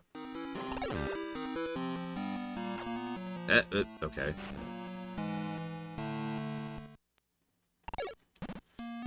so I can get out pretty easily, but what's over here? The best Bond film is probably the first Craig one or the second Craig one. I say that having not even seen them.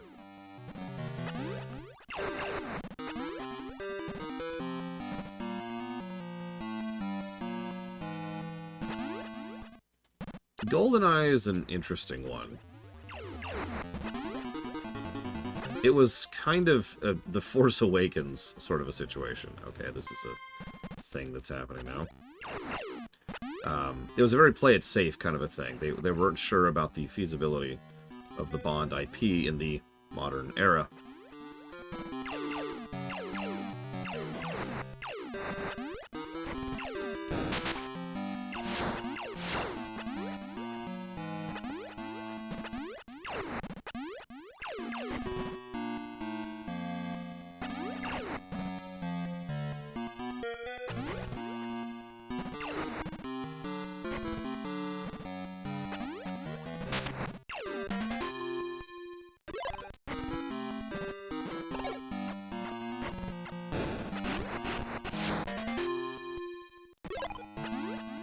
Back over 100 missiles.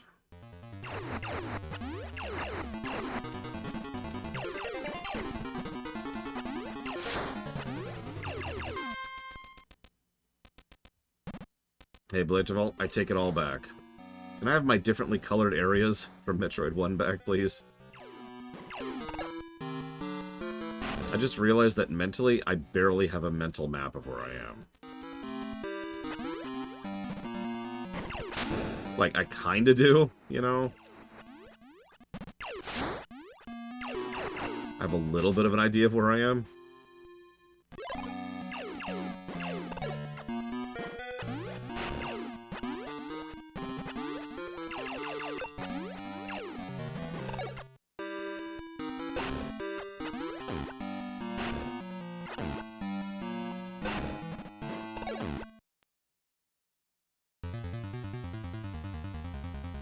I mean, honestly, yeah, Blade Fall.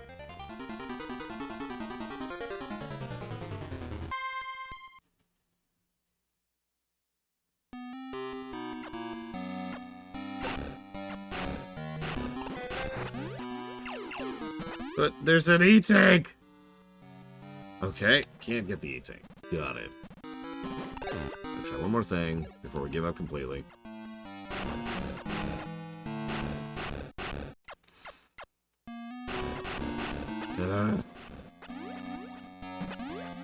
Which means we have hit our first dead end in a minute. Cool. It also means we gotta go back up hell.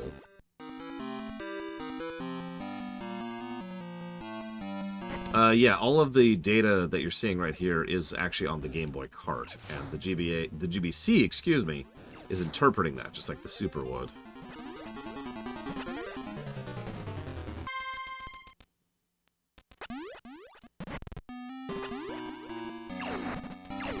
If I'm remembering correctly, each of these didn't so much have different colors or palettes as they did have, like, shadings on the original Game Boy. And so the GBC and the Super would, like, interpret those shadings in different colors, which had to be done manually. So each game had, like, its own thing which it would interpret in. It was actually kind of clever the way they did it.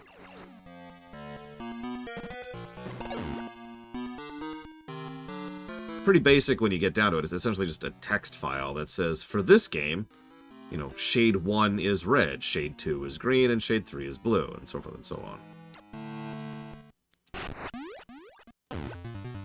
Still kind of clever, I think.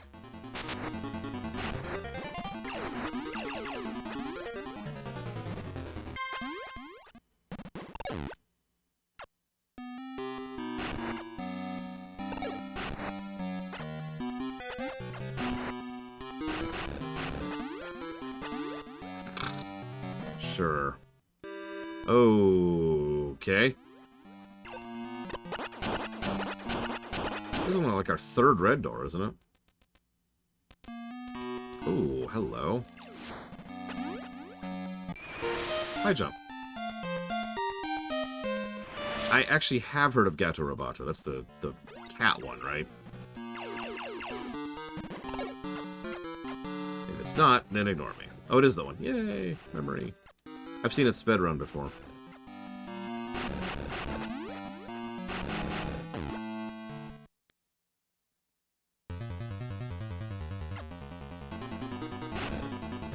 Yep, this is just... Oh, and then we're here. Hey! This looks familiar.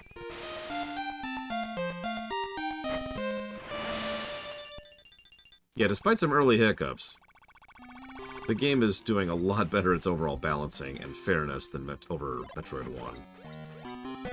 That jump feels weird. Oh my god. You probably can't even tell, but like I start to jump, it's like a normal jump, and then it's like after I initiate jump, rockets go off on my feet and lunge me upwards. That is the weirdest thing. That's true. Because this game is much more linear, they could craft it more for good or for bad. I've said it before and I'll say it again. Metroidvania is one of the 3 hardest types of games to design. Which reminds me, I haven't actually finished answering Yura's question. So I'm a brand new dev. I've just gotten into development. I'm using Godot or Unreal or something similar. And I'm like, you know what? I want to make a game. And I can just magically have any license I want.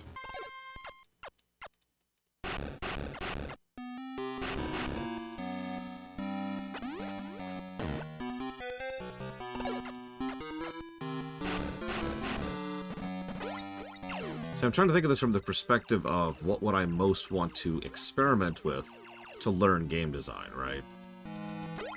To learn, well, to learn the code, to be slightly more accurate about that.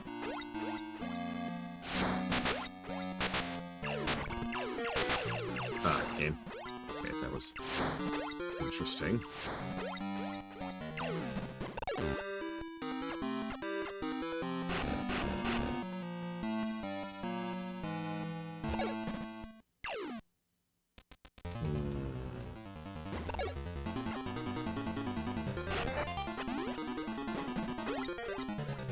Well, this will help with this a little. A little. Oh god, it respawned off screen. I guess that makes sense.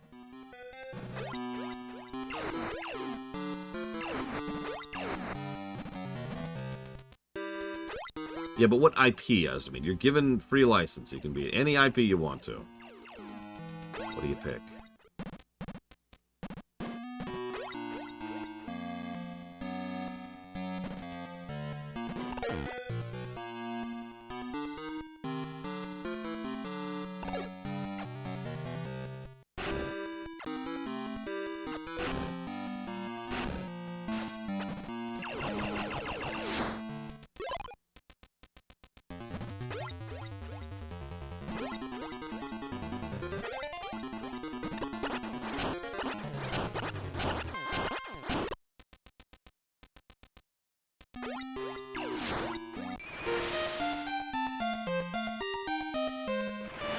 I think I just made a mistake, because I think I just lost the ice beam.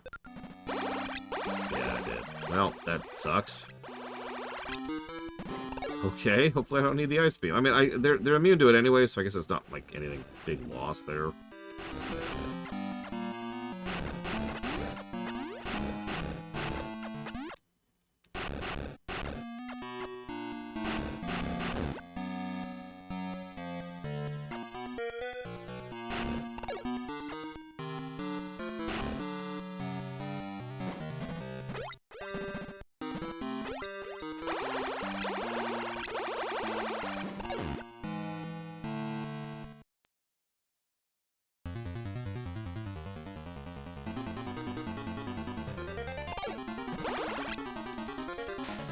Fine, Trixie. Don't worry about it. Don't worry about it.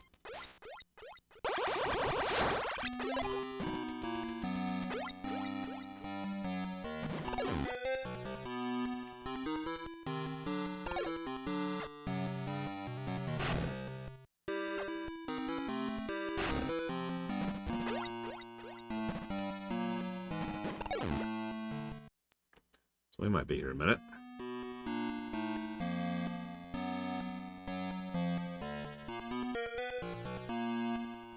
Alright, I think I have my answer for you, Yura. Sort of. Or rather, I've narrowed down the game, now I have to think about the franchise. So I haven't answered your question at all, But that's what you really wanted, right? For me to not answer your question. I'm going to make it a straight choose-your-own-adventure text-based game. Pure text-based game.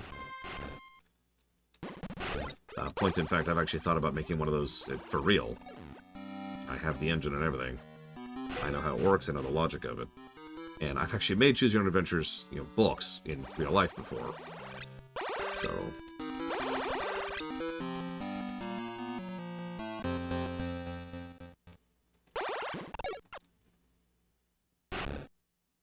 no pictures at all. Death to pictures.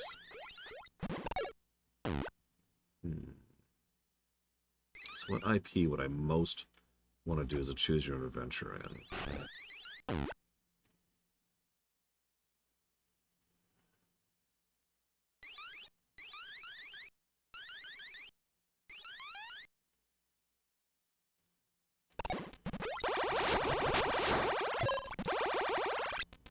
Interesting.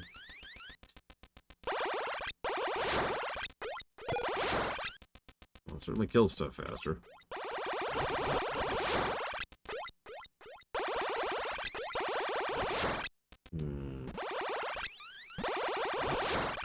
You know the best part about this game? I just realized. People tend to poke in and say, how far through this game are we? They've been doing that every Metroid we've been playing. This is a terrible idea. I can just point to the number in the lower right. We have 31 left.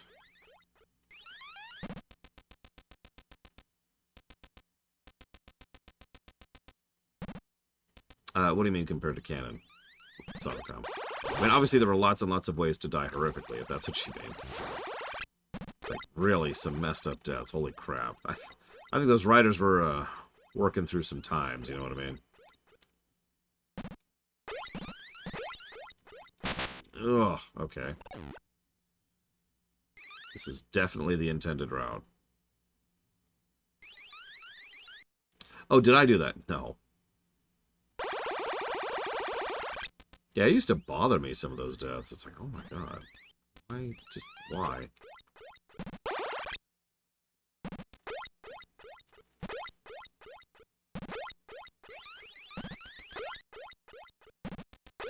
I feel like I've been through here, but this might just be a repeat room. Oh, yeah, no, we've definitely been through here. Hang on, so let's rewind.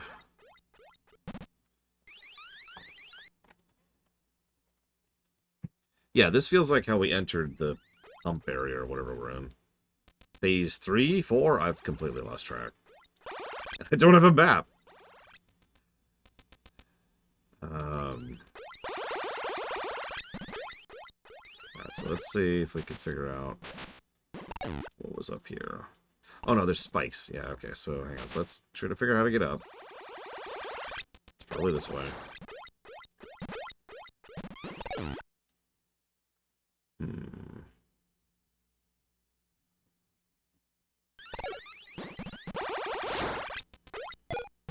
Ah, who needs saves?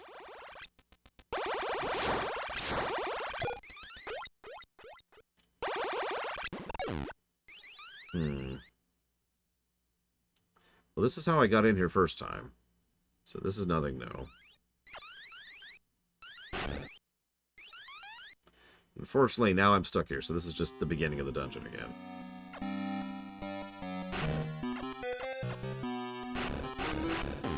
Yeah, this is where I came in. Still. IP. And yeah, I couldn't figure out how to get past this. This is the problem I ran into last time.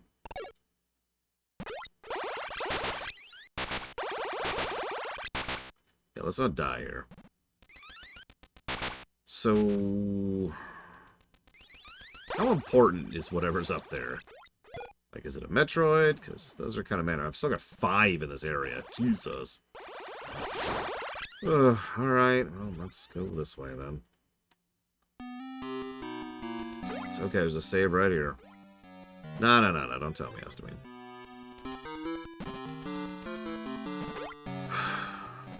You've actually stumped me a bit here, Yura.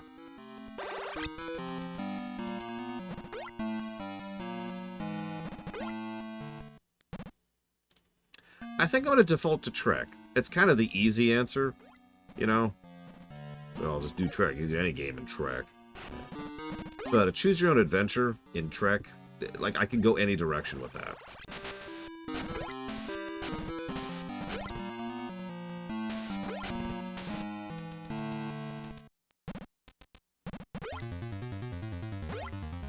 Let's see if I can remember what the heck that was, Talia.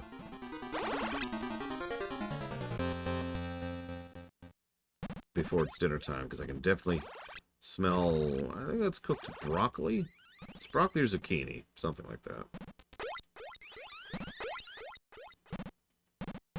So there's acid death. Okay, okay, okay. Brocchini. I'd totally eat that.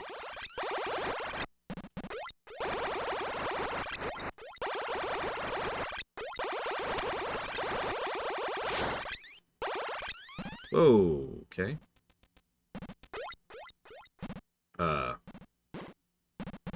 I guess I just have the gravity suit. Okay, cool. That's cool. I'm cool. We're cool. Thank you, Doom Rider. As always. If you give me a second here. I'm not complaining. Water physics sucks. Nobody likes them. FF16, FF7R2, Pokemon Violet. You got it. Thank you again, Doom Rider. I mean, admittedly, I wouldn't be super excited here. I'm not going to lie to you. I'm not as much of a physics person as you are. A graphics person as you are. But as is obvious probably by the fact that I have like 5 completely separate categories for giving positives to visuals, I obviously care a great deal about visual design. So working on a completely text-based game is not exactly the kind of thing that would get my blood pumping. But the boring managerial side of me knows that it would probably be a really good place to start. Get used to branching paths and diagnosing and just basic, you know, get my feet wet kind of a thing. There's a reason I'm probably going to do that as my actual first game someday.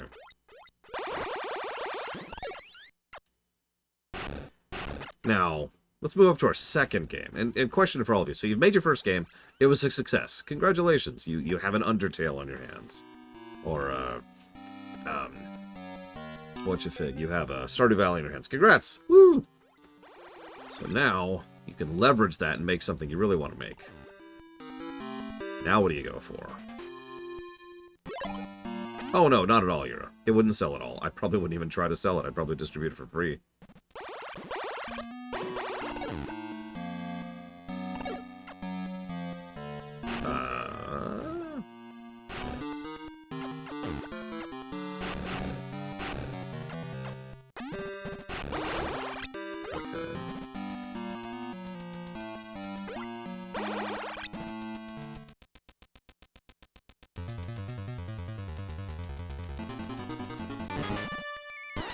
She wasn't ready for that.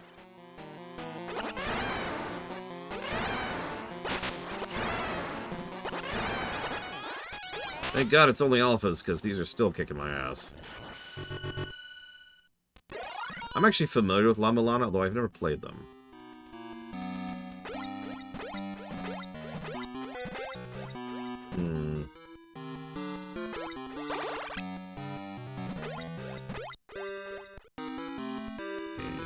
Interesting.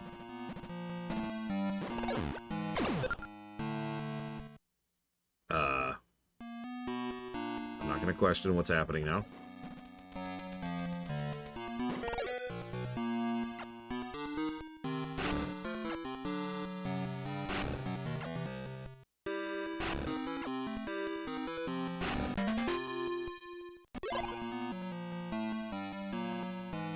No, I don't think that's over the top, Zactaft. I think I see where that's going with it.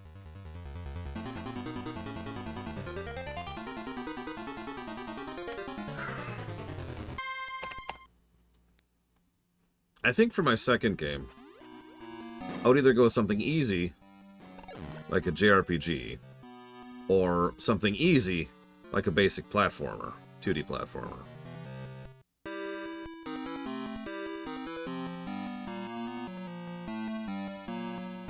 Deja vu. Yeah, I've been here. Oh, no, I haven't been here. It just looks identical to it. What's this? What's this? It's nothing. Then why did I have to open the door? Ah. Okay, we're gonna ignore that then.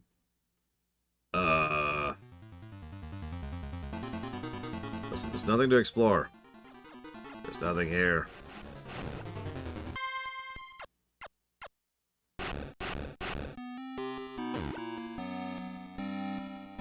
Please, there we go.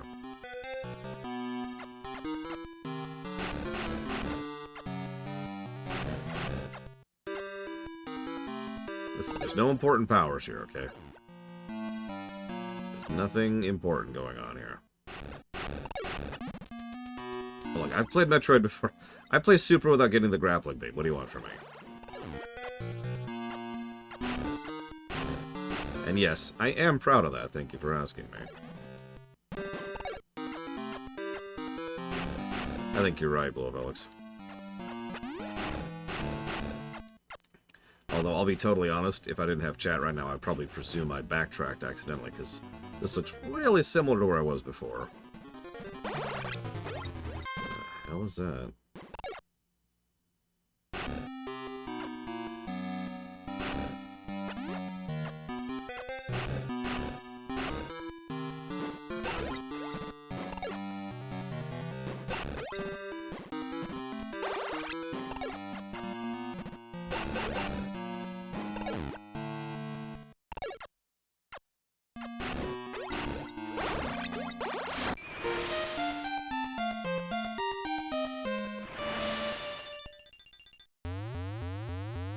Oh, yeah.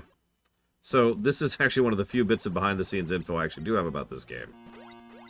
The reason for the Varia suit having the shoulders, which then became the norm henceforth, is because they couldn't figure out how to demonstrate that you had the armor in the Game Boy's total lack of palette. In the original, if you remember, the Varia suit was just different color. That's it. So...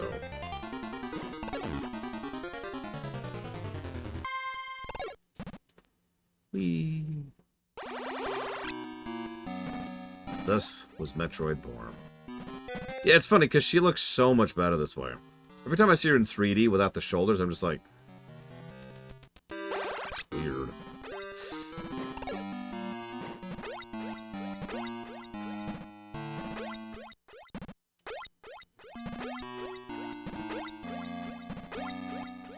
I think I already went up. Did I already go up here?